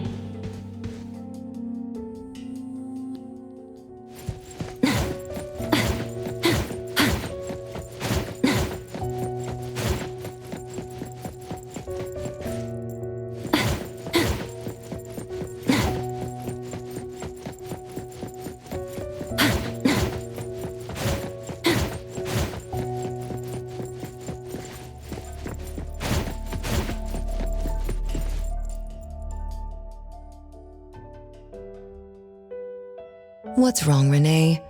You haven't eaten much. Big Bro's cooking is great. I'm just not hungry. The Mighty King looks tired. He's not moving at all. Won't even sing anymore. Your little cricket? Yeah, my favorite one. Did the Mighty King die? He was still wiggling his whiskers around confidently yesterday. Or maybe he's just in a bad mood, like me. I don't know. In my garden, the cherry tree sprouts green buds, while my little Renee blooms with laughter. Each day, withered leaves drift down, returning to soil, resting peacefully with insects that will never sing again. Such is life, a circle without end. Don't be sad. You'll catch new crickets with shinier shells and better songs. But I want to play with the Mighty King. He's been with me for a long, long time. Is there anything after death? Will we die too? I know. It's a world where you're all alone. No mommy, no big brothers or sisters. Just a world that's always dark. That sounds scary. I don't wanna... Scary? You're funny, Renee. Can't move, can't hear, can't see. That's no different from when we were sleeping in our wooden boxes. Dying isn't that big of a deal.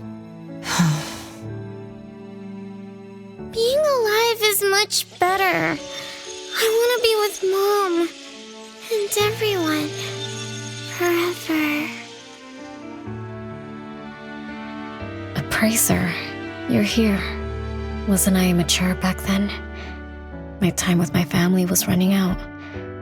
Mom had to witness my siblings enter the final countdown. Yet she still had to answer questions like that. Mom, who loved us deeply, must have been terrified of losing us too. Appraiser, could we go see her? I just need to see her a bit more.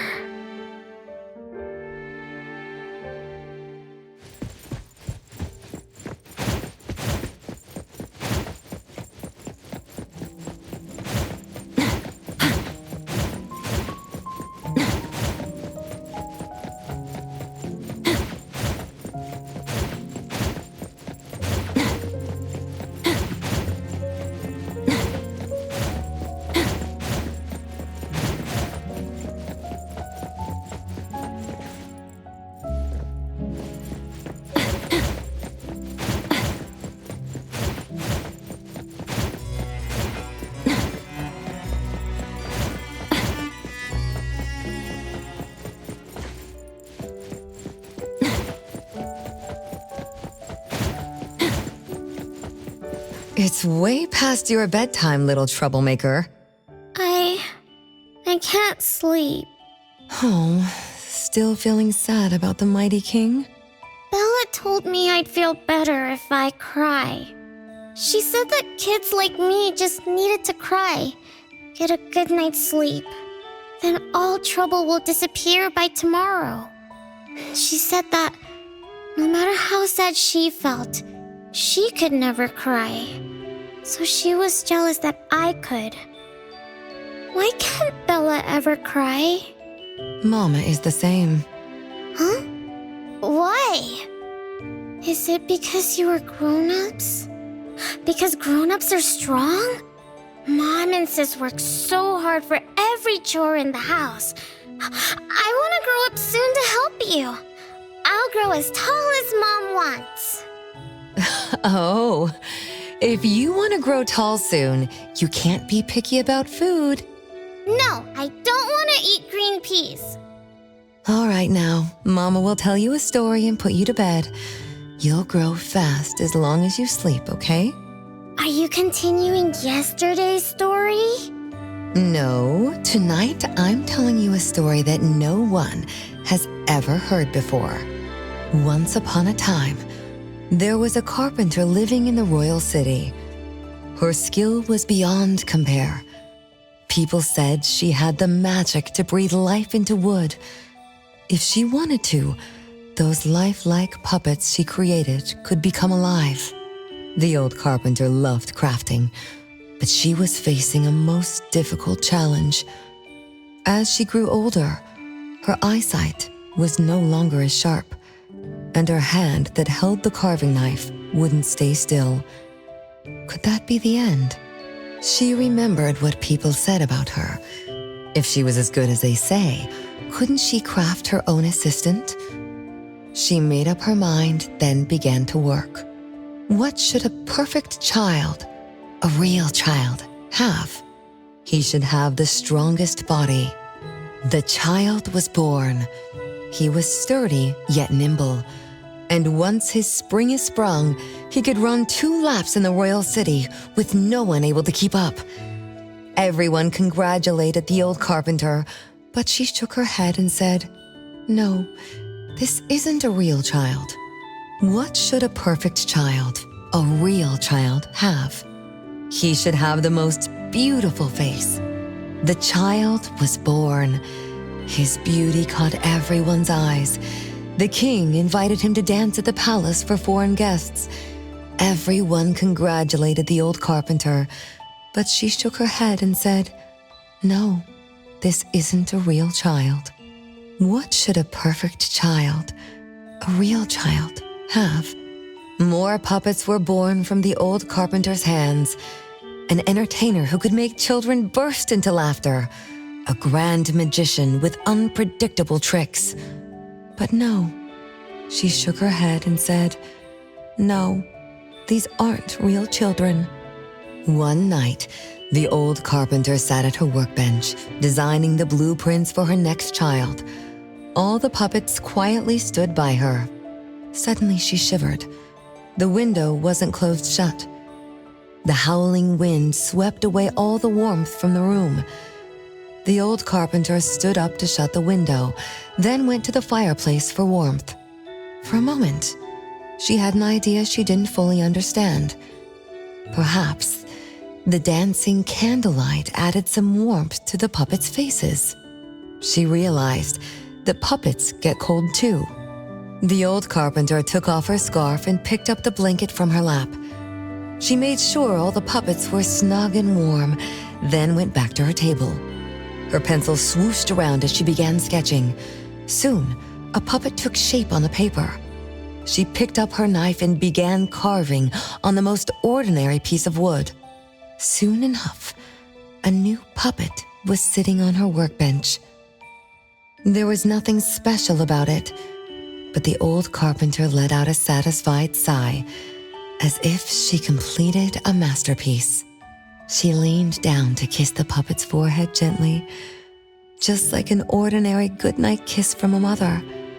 Then did the same to the other ones.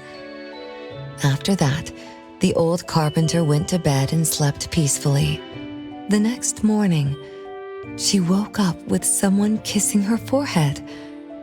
She opened her eyes to find a child, a real child, smiling at her. Whoa. Why did the last puppet turn into a real child? What magic did the old carpenter use? What do you think? I understand. A little. But also don't get it at all. Is that so? It's okay. Oh, it's getting late. Good kids should be sleeping now. Mom, I'm scared. I don't want to sleep alone. I'm worried that if I do, I won't see you and my siblings after I wake up. Isn't it better to be alive? You really are different from your siblings. Being alive is good.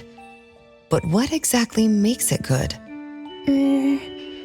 I can eat meals with my family, or play hide and seek, and listen to Mom's stories every night before I sleep. How wonderful! Mom, don't you think days like these are wonderful too? You're right. This is the best life being with you. The best times in Mama's life is when I spend time together with you, my family. No, it's not. When I grow up and can do so much more, that's when it'll be Mom's best time. By then, I'll be so tall that Mom will be surprised. I'll be able to reach whatever Mom needs to reach. Then I'm going to learn how to drive. I'll definitely be the first one in our family to drive. Once I learn, I'll take our whole family on picnics. When I grow up, I also want to... Mom.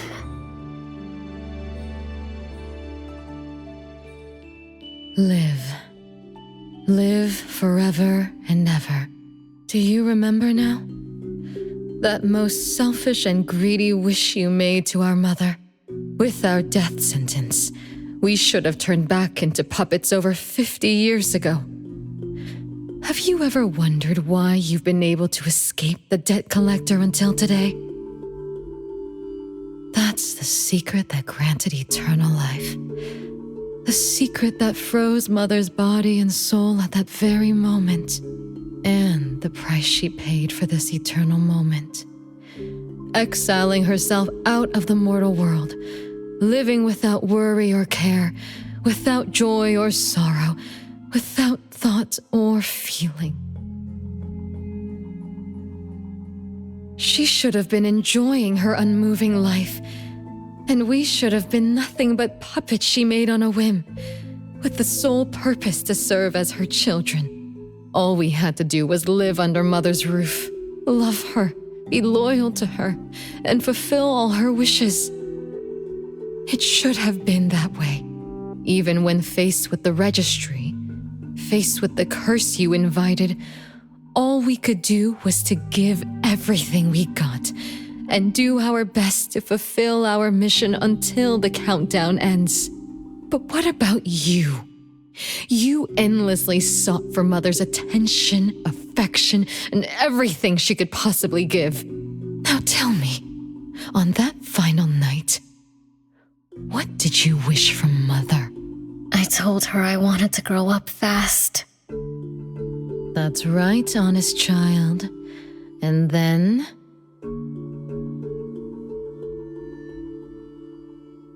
So, Mom gave it to me. Her eternal present. No! It shouldn't be like this! I didn't know! What have I done?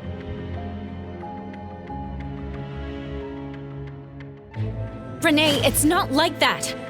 Yes, the eternal present that should have protected Mother is now in your eyes. You didn't just betray us, but also the person who loved you most. So tell me, how does that make you feel? Guilt? Regret? But you don't need to apologize to me. We'll forgive you, and Mother will still love you. You're still our adorable little one, our innocent troublemaker. Forgive me?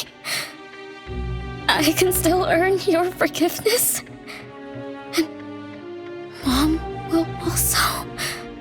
Yes. As long as you give up the eternal present, cleanse yourself of your greed for life, we will forgive you for the sins you committed. Come, Renee, my sister. Come to us. We're all waiting on the other side to reunite with you, never to be separated again. Don't listen to her!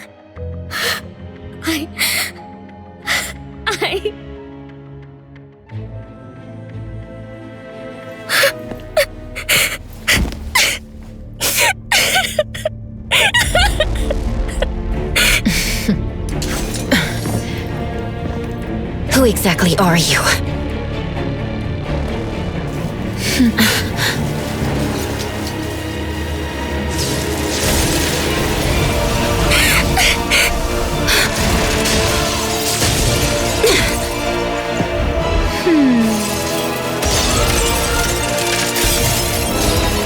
Watch out!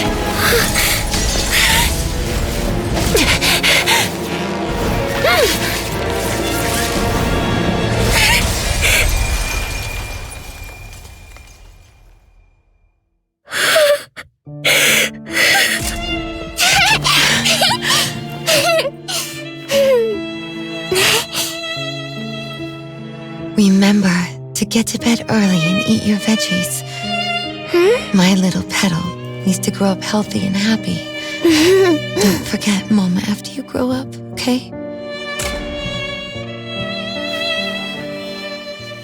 What is life?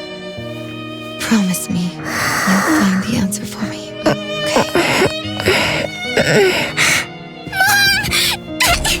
Where are you going?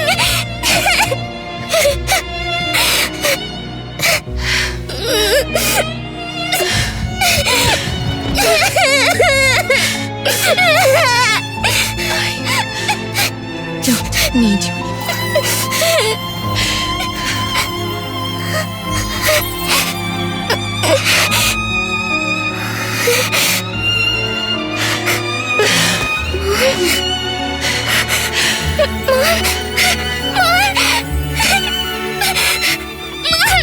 Don't go!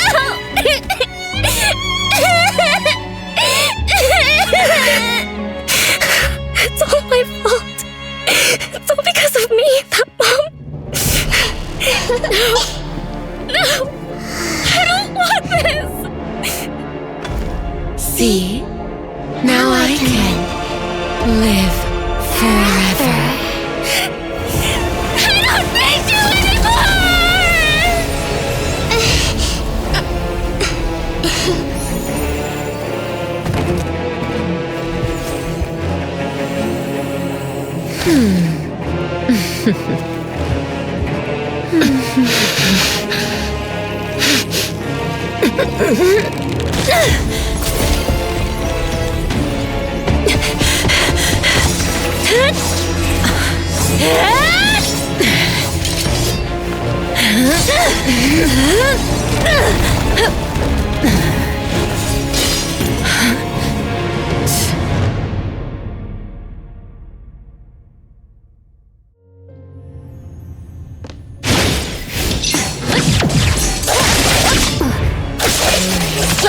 Hatred, resentment, what fierce emotion. It's fine. As if engulfed in flames.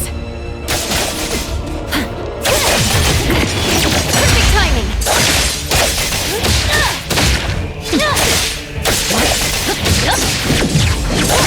Be careful.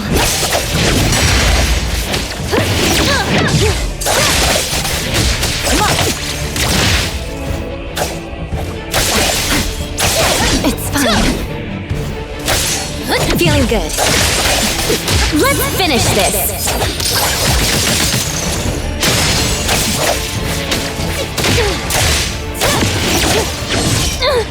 My mistake.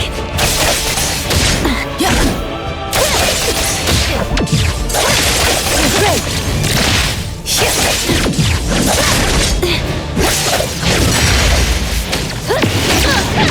Not too difficult.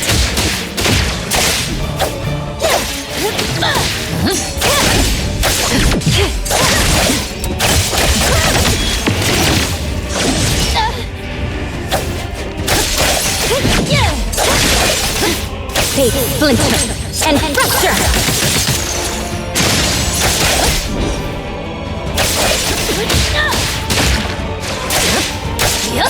Feeling good.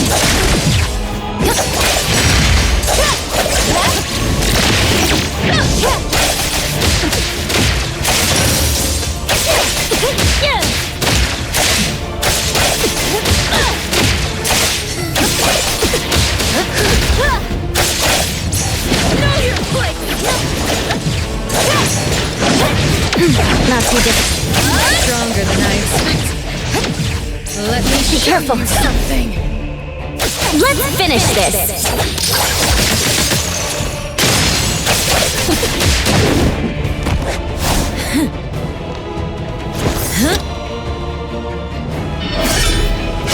You're just a plaything in this illusory realm.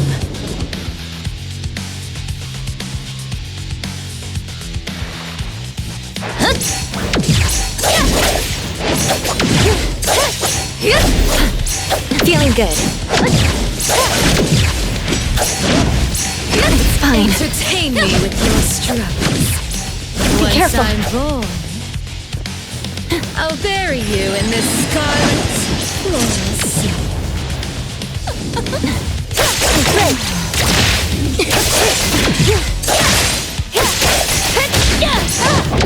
Not too difficult.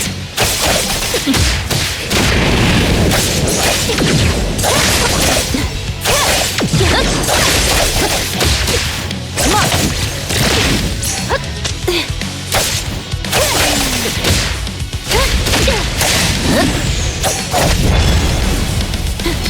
Fate, splinter, and fracture!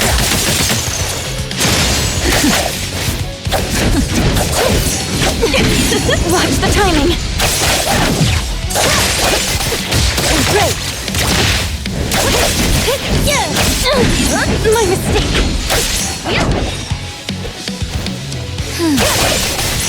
It's fine.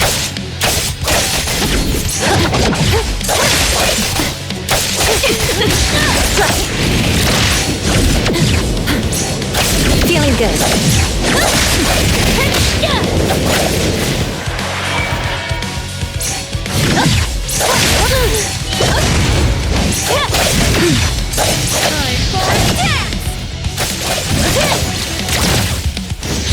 Where are you going? Let's finish this.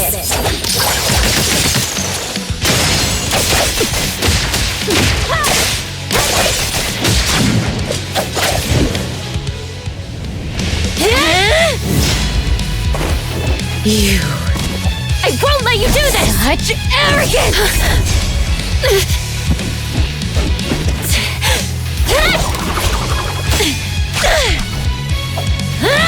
Is that it?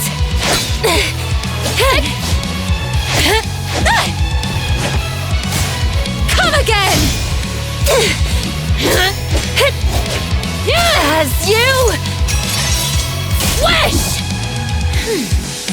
Interesting. Unfortunately, this is the end! Cower before me!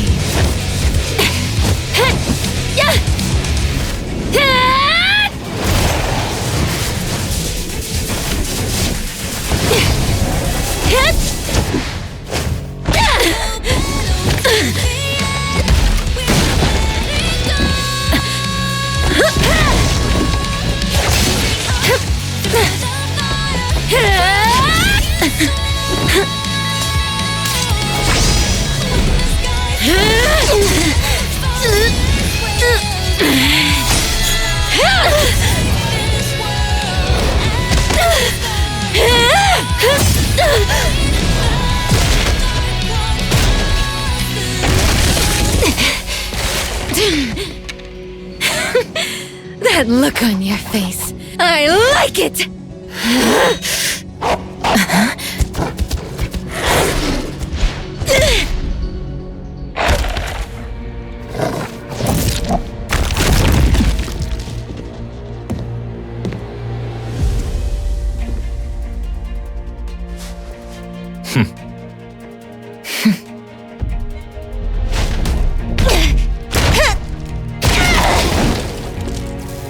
So you're the one behind all this! It's you. All at once? Tick-tock, tick-tock. Aren't you running out of time?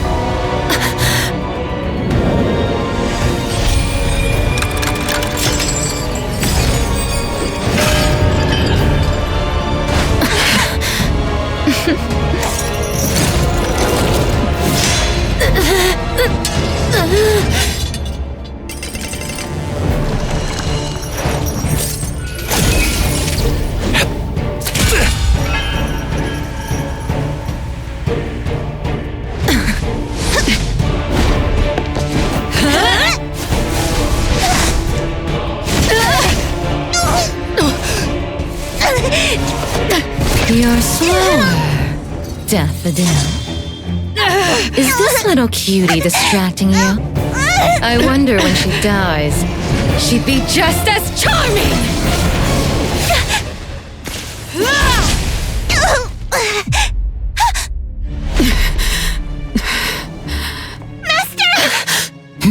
How nostalgic, sister.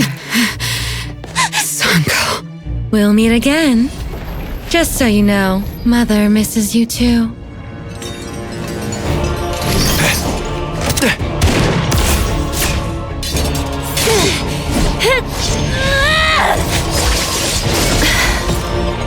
Daffodil!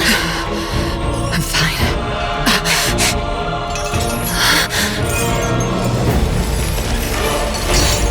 It's not over yet.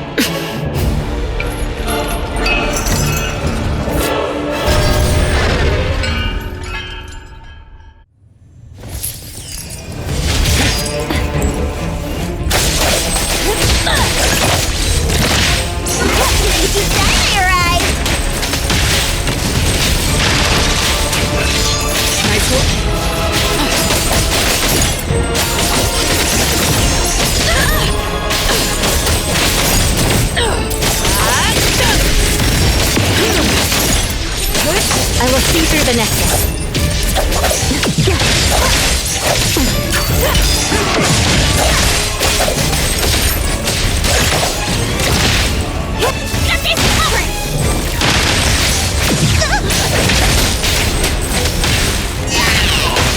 Everyone, follow my command! Nice work.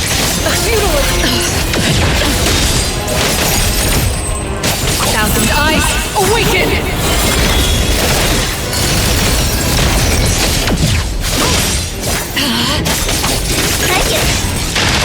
Nice work. Trust me. Decided? Fight zero! Now's the time! Nice work.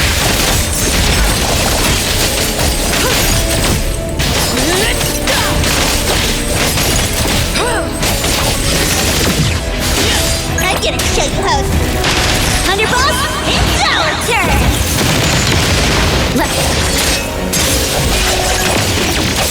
Perfect timing!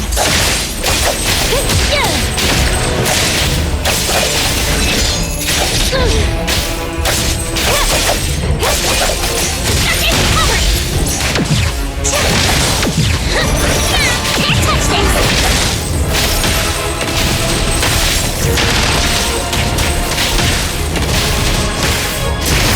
Nice work. Just nowhere to hide.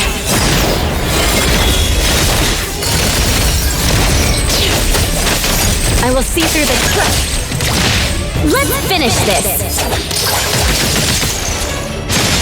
Hero to the rescue! Take that! The city's mine! Nice work.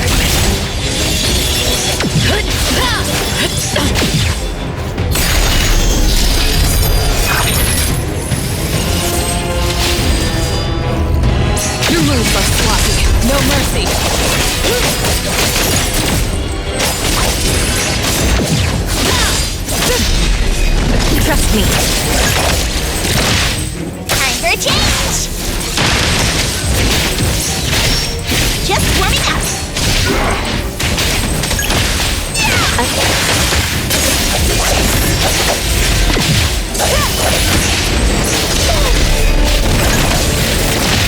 Here I am.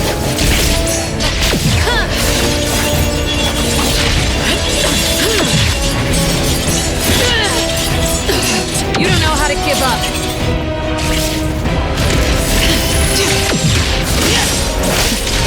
Again. Nothing. Trust me. Great. Decided? Fight Zero!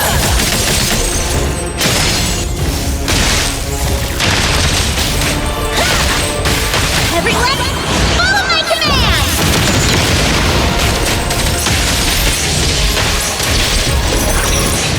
No hitting from behind! Nice work. Saw it coming. Thousand eyes, awaken!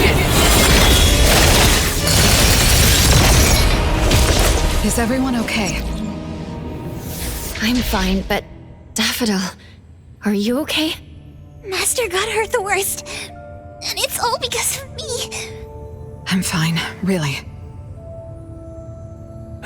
It's good that you're okay. Renee's unharmed too. Just dizzy from breaking free of the anomaly spell. Unfortunately, Zanko got away. She's the core member of the criminal organization, the Scarlet Letter. And a report for the puppetization case. That's gonna be a lot of paperwork. Thanks to everyone from A-Bone. The Bureau will continue to investigate into the aftermath of the issue between the debt collector and the Constantine family. Tomorrow morning, I want those who know anything about the Scarlet Letter at the Bureau. We need to have a proper chat. Daffodil?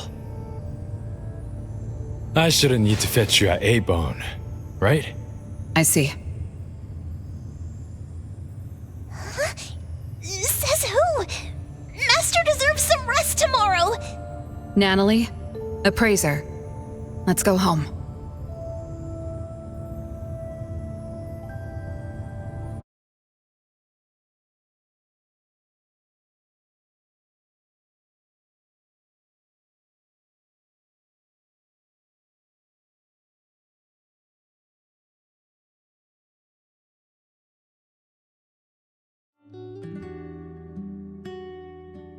Trust me.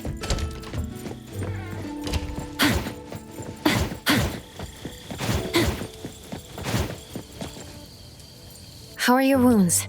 You should rest earlier tonight. It'll be fine soon. And how are you? Are you okay?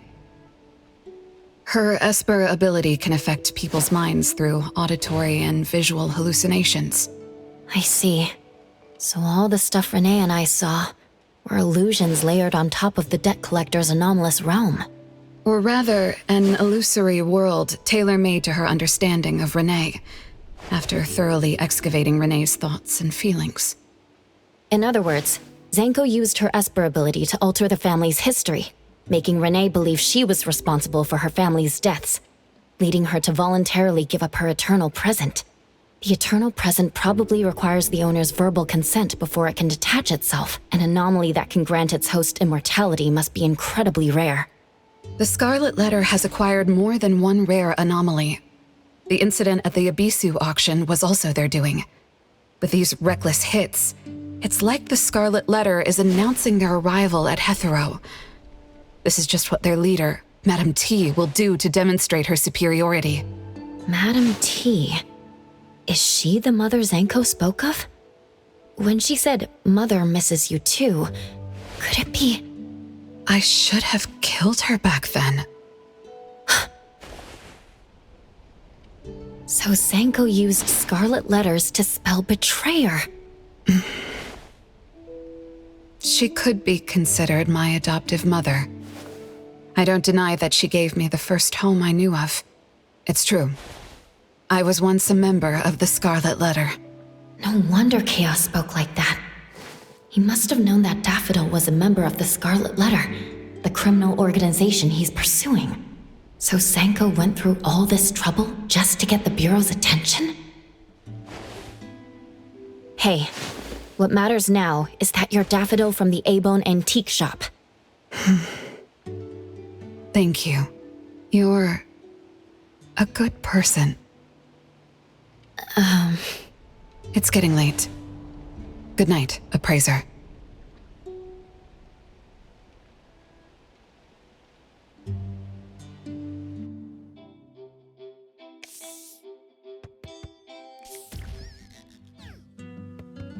Oh, appraiser, have you seen Master?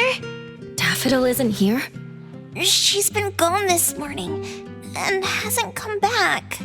Maybe she's assisting the Bureau. For that long? We're here, the A-Bone Antique Shop. Appraiser, Natalie. Good morning. Renee! How are you feeling? And this is? This is Linko from ETD6. Oh, so Chaos is handing Renee over to ETD6 to take care of. Hello there. Take care of? We were just going in the same direction. Linko also has something to do at A-Bone, so I gave her a ride when we left the Bureau. Linko, you have some business here? Mm-hmm. I do have stuff to do. What are you up to? Business is already booming this early in the morning. How wonderful. What was I here for again? Tisk, you dummy! Don't tell me you forgot what you were supposed to deliver! Oh, right. The delivery. Thank you, Xiaojun. Whoa! What's this? I'm an evil spirit that can devour souls! If you dare disrespect me! Xiaojun is my pet. Huh? I can control your body and eat wasabi if I want to, you know! Not hungry now. Linko, who are you looking for? I'm looking for... Found her. Another new face? Just joined ETD? Yes, the director told me to give you this. Oh my. I told them a simple bank transfer would be fine, but they went ahead and sent someone over. Fresh bills are always so nice to look at, though. I have delivered payment to the A-Bone Antique Shop. Assignment complete. Director Alfard told me that the BAC will cover my commission fees, so that's what she meant. But I still wanted to stop by and thank you in person. Thank you, appraiser, Natalie, and... Daffodil's not here? Please send her my gratitude. Thanks to all of your help. I learned a lot in the past few days. I went through an amazing adventure. It was wonderful. But we couldn't stop Zanko from taking the eternal present. Lady Dolores left that for you, right? Must be something important. Yes. Mom gave it to me. It's a precious treasure that protects me from the debt collector.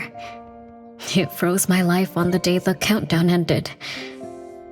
My time stopped flowing, and I was forever living in the moments between death's arrival. I was tossed outside the flow of time and taken away from this world, where the years still pass and the seasons still change.